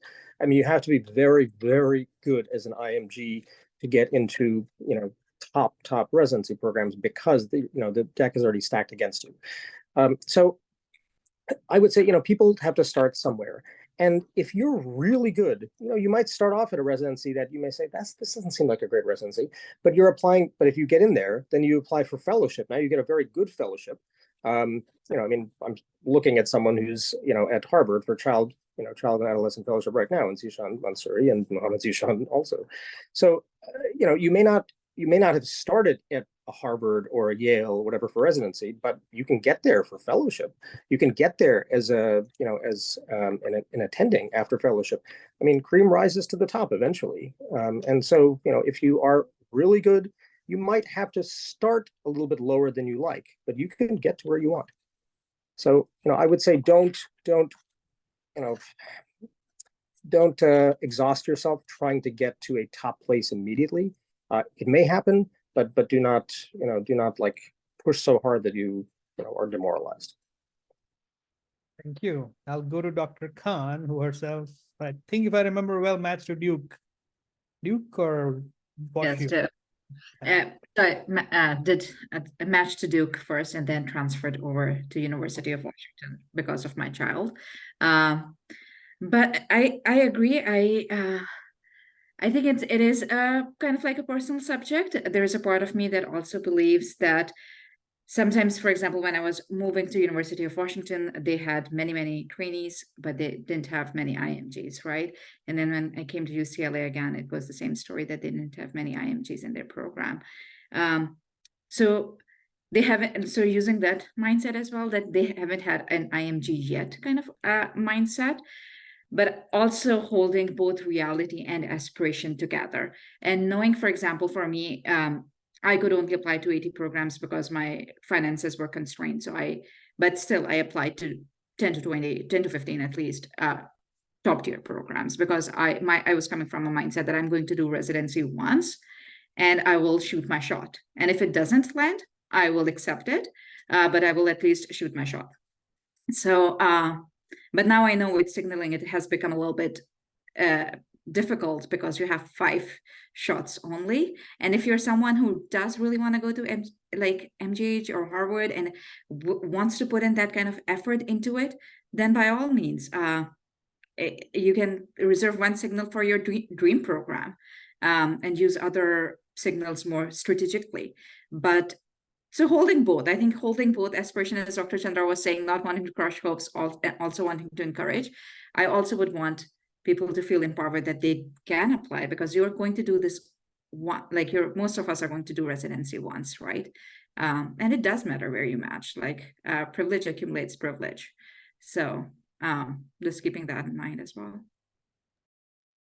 Thank you, Dr. Khan. That's very true. Even in like fellowship applications, from my interactions with program directors, pedigree matters. And I think if you are already coming from a big program, they are very likely to just give an interview irrespective of how great your residency performance was or was not. So that's definitely the case.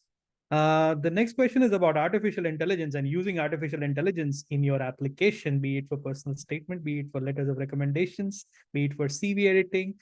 Dr. Mehta, what is your take on using AI or not using AI, or using AI effectively, if you recommend? This is a slippery slope, right? I mean, I think you can, maybe you don't want to completely rely on it, right? You can maybe get some ideas, but I think it might show very easily if it's, it might be a very generic statement. So you really want to try to use your own personal story and kind of personalize it to be able to sell it. I mean, you can use it to polish your statement or get some kind of a map, but ultimately, you really need to personalize it to yourself and not just rely on that. But I think it would be a good assistant to you, but I think the main driver should be you yourself. Thank you, Dr. Marwaha.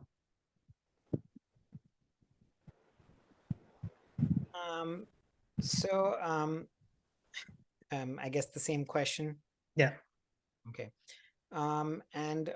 Before answering that, I did want to make one comment about, again, trying to kind of aim for, what kind of program do you want to go to? It's a very personal kind of decision. So I know there's no kind of, when we kind of try to answer this question, there's no kind of one answer that fits all. It's kind of what you are looking for, like which kind of program do you want to go to as well. And the same thing kind of for step 3 a little bit, because step 3 is really important for visa, really crucial for applicants if you get it. But if the option is that you want to apply right now and you don't have your step 3, versus should I wait and kind of get my step 3 and apply next year? Again, it's kind of like this, you're kind of weighing all the kind of the options and seeing kind of what you kind of have to do as well. So again, there are all these general recommendations, but in the end, it's also kind of what your application is, what you're kind of looking for, and where you are in that kind of like step where you want to do it as well. We wish like there's one formula which fits all, but there's no one formula which fits all. I know of applicants literally who've applied in January and gotten one interview and matched, and there are applicants who did everything perfectly, got everything done, applied in time, got 10 interviews, didn't match. So again, I mean, and we have these statistics and all these things which we can kind of like help you with as well. But the important thing is, take full advantage of what you have, what you're doing, what you're capable of doing, and whatever you have, use it for your benefit. Like that's the most important thing. I know at this stage, a lot of people compare to what other applicants have, what I have, what I can do. And it is like, again, you're looking at kind of limited number of seats and how you can do it. But again, I mean, if you keep on doing that kind of hard work, which is going to be really, really important, and you have that kind of luck, both of those things kind of go side and side, it will kind of take you a long way. So, I mean, that's one thing based on the past few questions that I did want to kind of say. Okay, and now, sorry, what was the question? Use of artificial intelligence in your application. Yeah. So again, I mean, be smart about it if you're using it. If you like ask ChatGPT a question and it's going to type it out for you and you put it in your personal statement, or you prepare it for an interview, remember there can be 50 other applicants who do the exact same thing.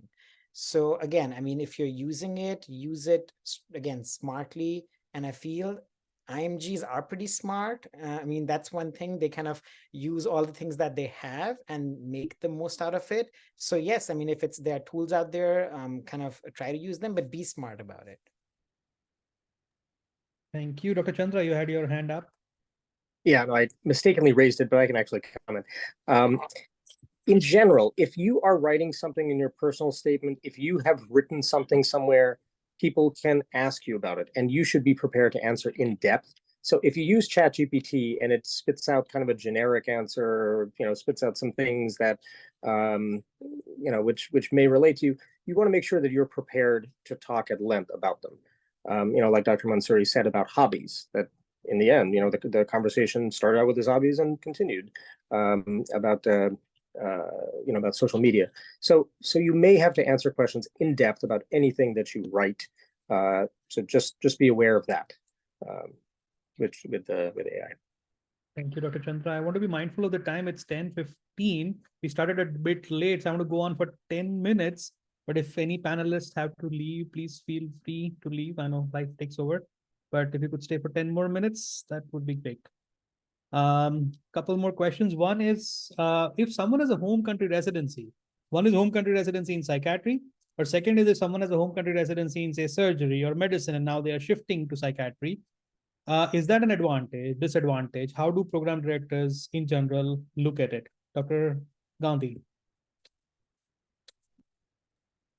So I think it depends on the program. Again, some of them look at prior experience favorably, saying, oh, you're already trained in this specialty. And if you might not get preference in the selection, once you make it into the program, there's definitely deference given to your prior experience. People regard it positively, assuming it's in the same specialty. But if it's in a different specialty, prior experience, I don't know how much it's actually going to boost your application. You can definitely make the argument that you've been active in the clinical field and have active clinical experience, because the further away you are from graduation, what matters is how active you are in getting active clinical experience. So that can be helpful in that regard. I think it's always how you present it, and it can play out favorably. It's never a negative. Or it can just be like one of the additional factors in your resume. Thank you. And to add to that, what is the importance of Masters in Public Health or any other master's course in residency application? Dr. Patel, you have a Masters in Public Health. Do you think the Masters in Public Health helped you? And if you could go back in time, would you do it again? I think selecting whichever course you would like to pursue before joining residency is a very personal choice about what you're going to gain with that particular degree or a course. My reason to join public health was like, while giving my steps, I wanted to do something other than observerships or any type of clinical experiences. And top of it, it's gonna also, I didn't have much of research experience back while I was doing my medical school training. So I think that has really helped me set a good foundation. So it's totally dependent on what you're going to achieve with which any type of course, either it's related to psychiatry, community health, or whatever is your pick. It's dependent on what you're gonna get out of it. So if that answers it, I think it's good to have a extra degree or a certification or any type of resource or a skill set. Thank you, Dr. Patel. The next question is, what about letters of interest? Should we send it? Should we not send it? Is it taken positively, negatively? What's the right time to send it? Dr. Naveed. I think he's away. I think he's away. Okay, Dr. Ashraf. Yeah. So again, letters are good. We like attention, so there's nothing wrong about it. But do not bombard our mailboxes, email boxes. There's a format to write a letter. You know, everybody's busy. I read everything on my cell phone. So you need to come up with that format where very quickly, even if I'm in an elevator, I can read it. And the best that I have seen is there was a student who created a timeline of their CV. Like it's just a one graph, and they put down what they did every year. And it was amazing. Just one timeline, and they talked about their interest in the program, and I could just quickly see it in 2 minutes, and I'll respond. If something good, I'll respond to them. The best time is again around the application time, before it opens up or right after that, because obviously the first week nobody has time to look at it. The coordinator will have to download the applications, and then it'll come to the program director. So yeah, within the first 7 to 10 days is an ideal time if you want to show your interest. Initially, just be respectful, brief, email, and then after that, do not bombard. Then after that, you can follow up with the coordinator maybe after a month or so if you've not heard from them, but do not bug the program director. So that's what I would say. And then there are other times after, like if you have interview, then you send out a thank you note, and then before the rank order list, you send out another one. But I wouldn't send anything more than 3 times to the PD for a program where you had the interview. Thank you, Dr. Ashraf. Dr. Naveed. Sorry, I missed the question. So can you ask the question again? The question was, what about letters of interest? Like, should we send them? Should we not send them? What's an ideal time to send it? Do you read it? Does it bother you? So I've been, in favor of sending letter of interest, but I can see how overwhelming that can be.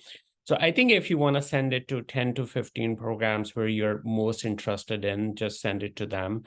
I agree with what Dr. Ashraf said, keep the communication pretty short. Maybe 1 to 2 paragraphs are enough to give a snapshot. I got, a letter that was almost, 1 page.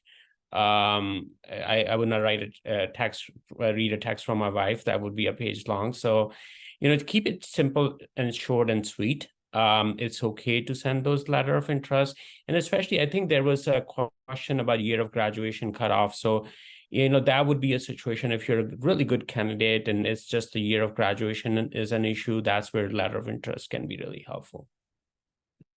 Thank you, Dr. Naveed. Dr. Khan?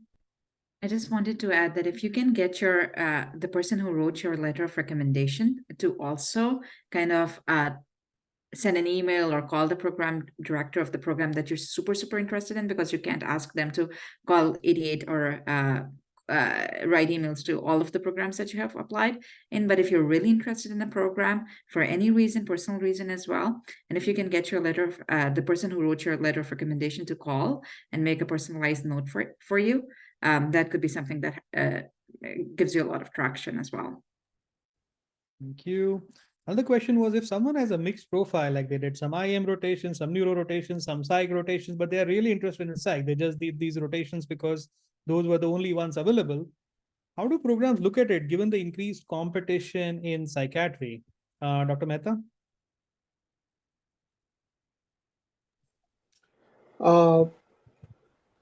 Can you repeat it? Sorry. Yeah.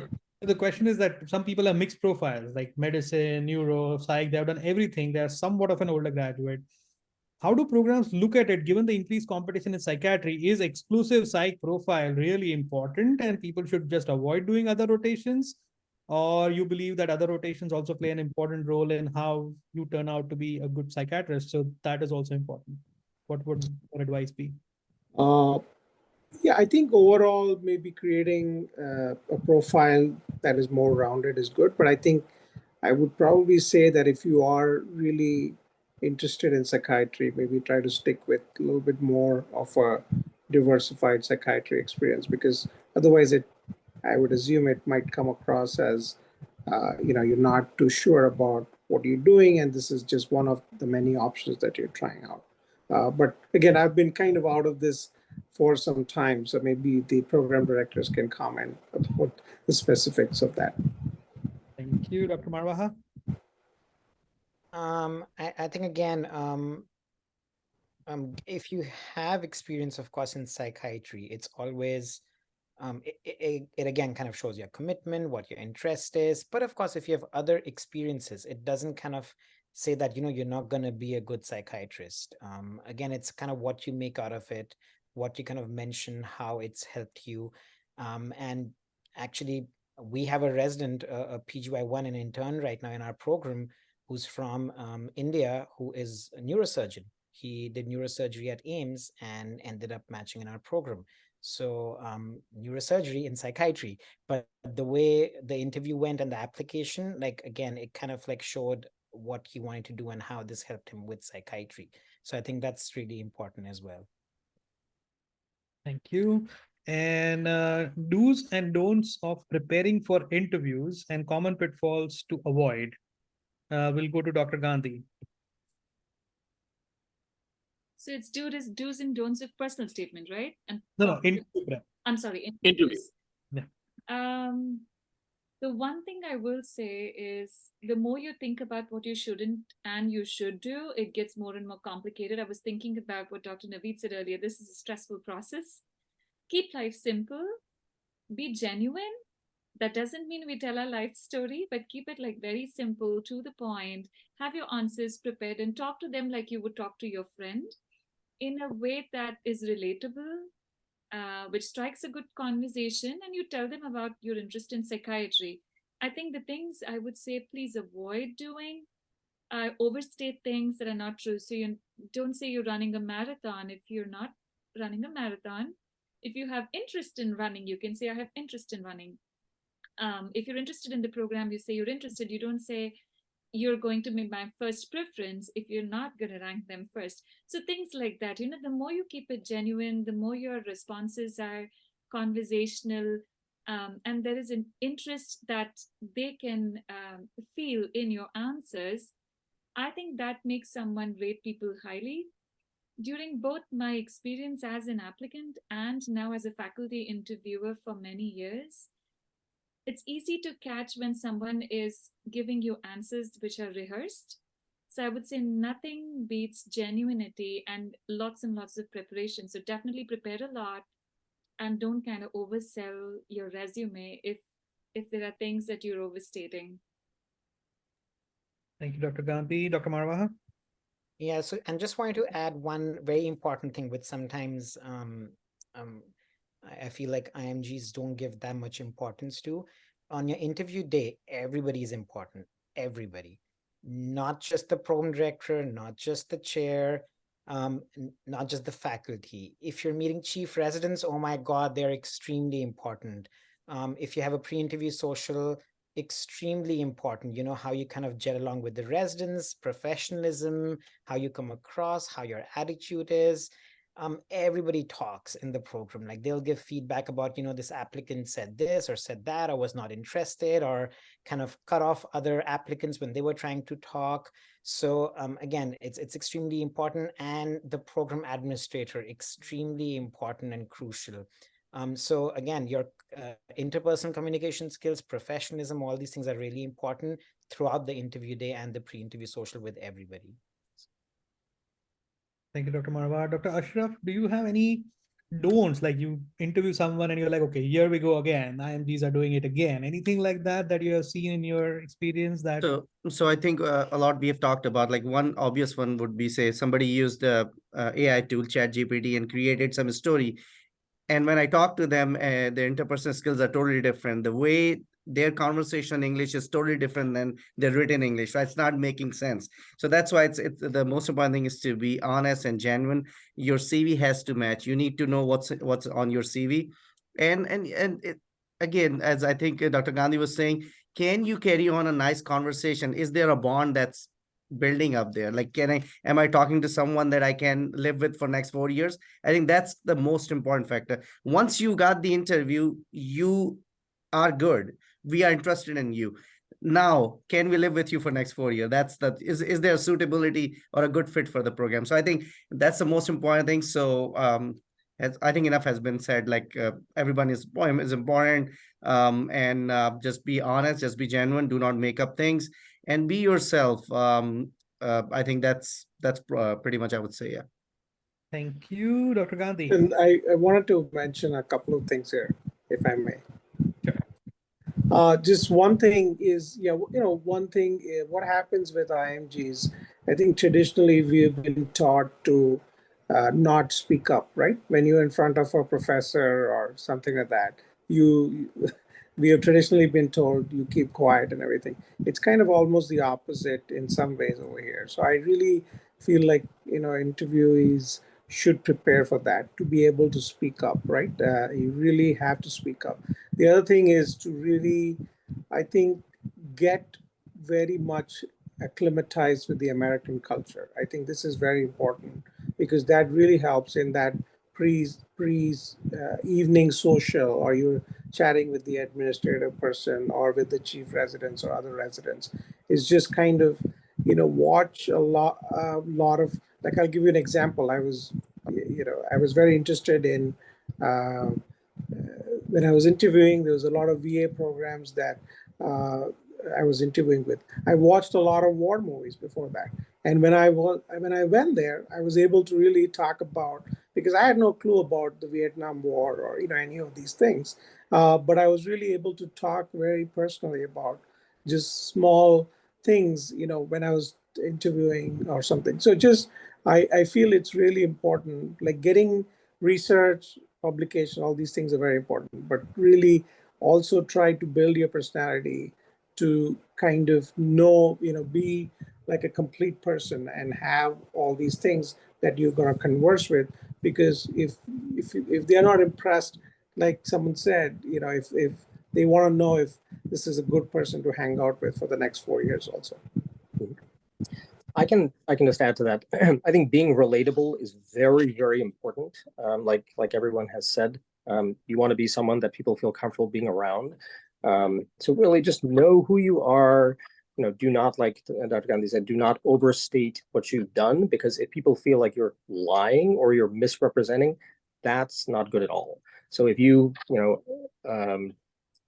really should state on your CV, state in your personal statement, and state in the interview exactly what you have done, but not overstate what you've done or what you're interested in, because people can ferret that out, and that does not look good. People can figure it out. And also just, once you've made contact with the program, the emails are, everything that all your interactions are important. So do not be rude to secretaries or admins. Like others were saying, do not bombard people with emails. So there's some things that can be turnoffs for program directors and others who are involved in choosing. So just relate well to people, from just at all levels, and relate well to your, to the other people interviewing at the programs too, because people are always watching. So you kind of always have to be on in a way. And I would just say, for in-person meeting, no uninvited hugs, please. Make sure. So if I think there were things I wanted to say which have been covered. Just the little things that I'm reminded of. We're used to saying sir and ma'am. I don't know if it's still the culture. I haven't seen too much with the younger generation. We do not do that during interviews. Everybody's Dr. So-and-so, use Dr. last name. They will say, oh, call me by my first name. I still struggle even till date with some senior faculty to call them by their first name. Do not get over friendly, but do not be too shy. It's just like, it's maintaining a good professional relationship with just being calm throughout the process, so they know you're going to be like a lovely person to work with and hang out with. But also, with what everybody said, be kind to everyone. Don't get competitive with the other applicants, because sometimes I've had fellowship programs assess how candidates interact with each other, and they give you exercises to do. Thank God that doesn't happen in residency. And they've noticed how candidates have been helpful to each other or not. So I think everybody's there for a reason. You kind of do your job, do it well, and then you go home hoping that was the last interview you have to do, and things go great. Thank you, Dr. Gandhi. I think we are out of time. It's 10:30.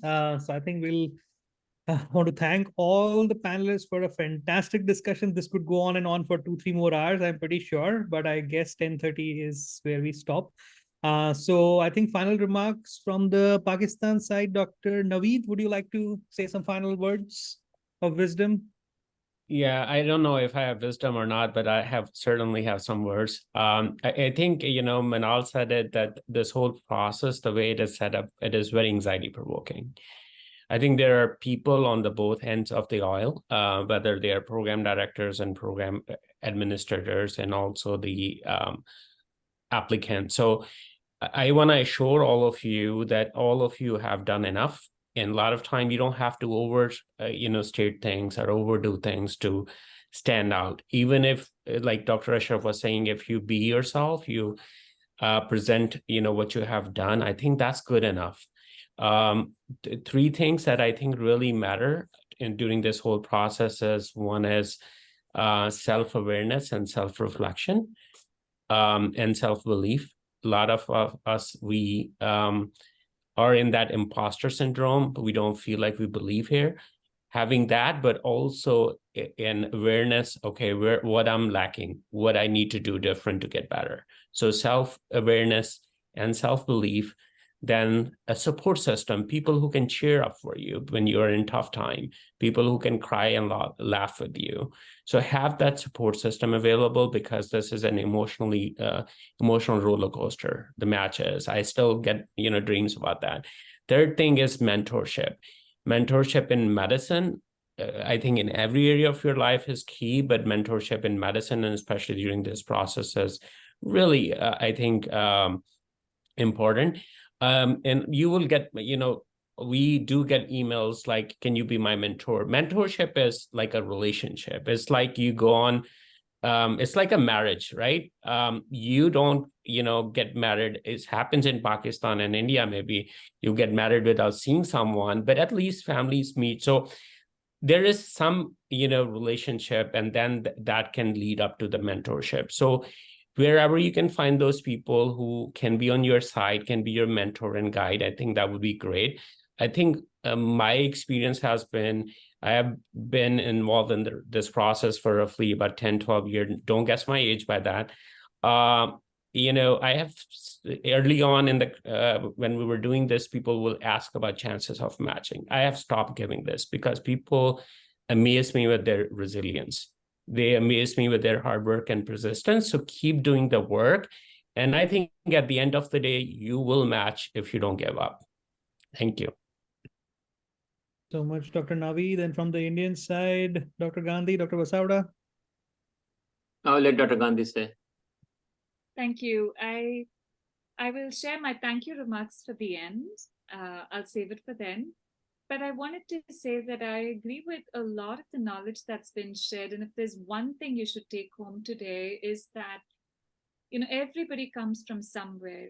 There are a lot of attendees here who are not from India and Pakistan and have wonderful comments in the chat. And you will meet a lot of different people along your journey in the interview season from different countries, different backgrounds, even American applicants from different backgrounds in different places.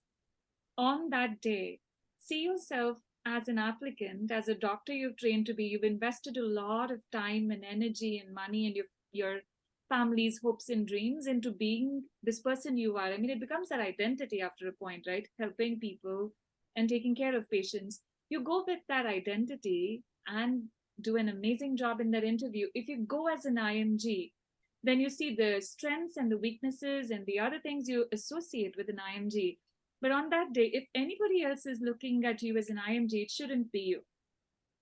That's what I've learned from my journey. I didn't go through the match just once. I'm also one of those people who applied to, I can't even remember the number, but definitely 80+ programs, got 1 and 2 interviews, went through the match more than once, was told I'm too soft, and then so I don't sound confident, or you're too kind of gentle. everything that we have talked about, somebody over here has experienced it. So you're not alone. It will happen. It has happened, and you can still come out at the other end.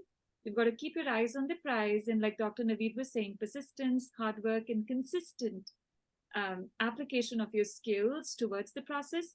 And again, being realistic. I won't say keep doing it until you stop, because there was a time when I was like, I think I'm done. I think I can use my time and resources elsewhere. I'll still be a very good doctor, even if a residency program in the US doesn't accept me, and I matched. So don't, I am regretting saying don't, so I'm going to take that back. I'd say try not to attach your identity with a match success, because you're more than that. And I think if you go with that confidence, it's easier to do it better. Thank you so much, Dr. Gandhi, for your words of wisdom. So one last question for everyone was, everyone wanted your social media handles or email where people could contact you. So whatever you are comfortable sharing, please post it in the chat. And then Dr. Vasavda, do you want to say a final goodbye before we call it? Oh, well, you have to bring me back. But I just would like to say, this is amazing. I'm glad I'm not applying for residency this day and age. I had done my residency in India, so my path was a little bit easier. My brother was a psychiatrist here, so again, made it easier for me. But I think you guys are going through a journey that is very unknown, very uncharted. Every year it changes. We used to have 900 slots in probably 96 or something. And out of those, probably 400 or so will go to IMG and another 500 will go to FMGs. Things have changed totally now. But we are here to guide you. Sometimes we don't reply because, like we said, we get bombarded. But please reach out, create your own network, and rely on that. During the interview, don't get nervous. You made it there.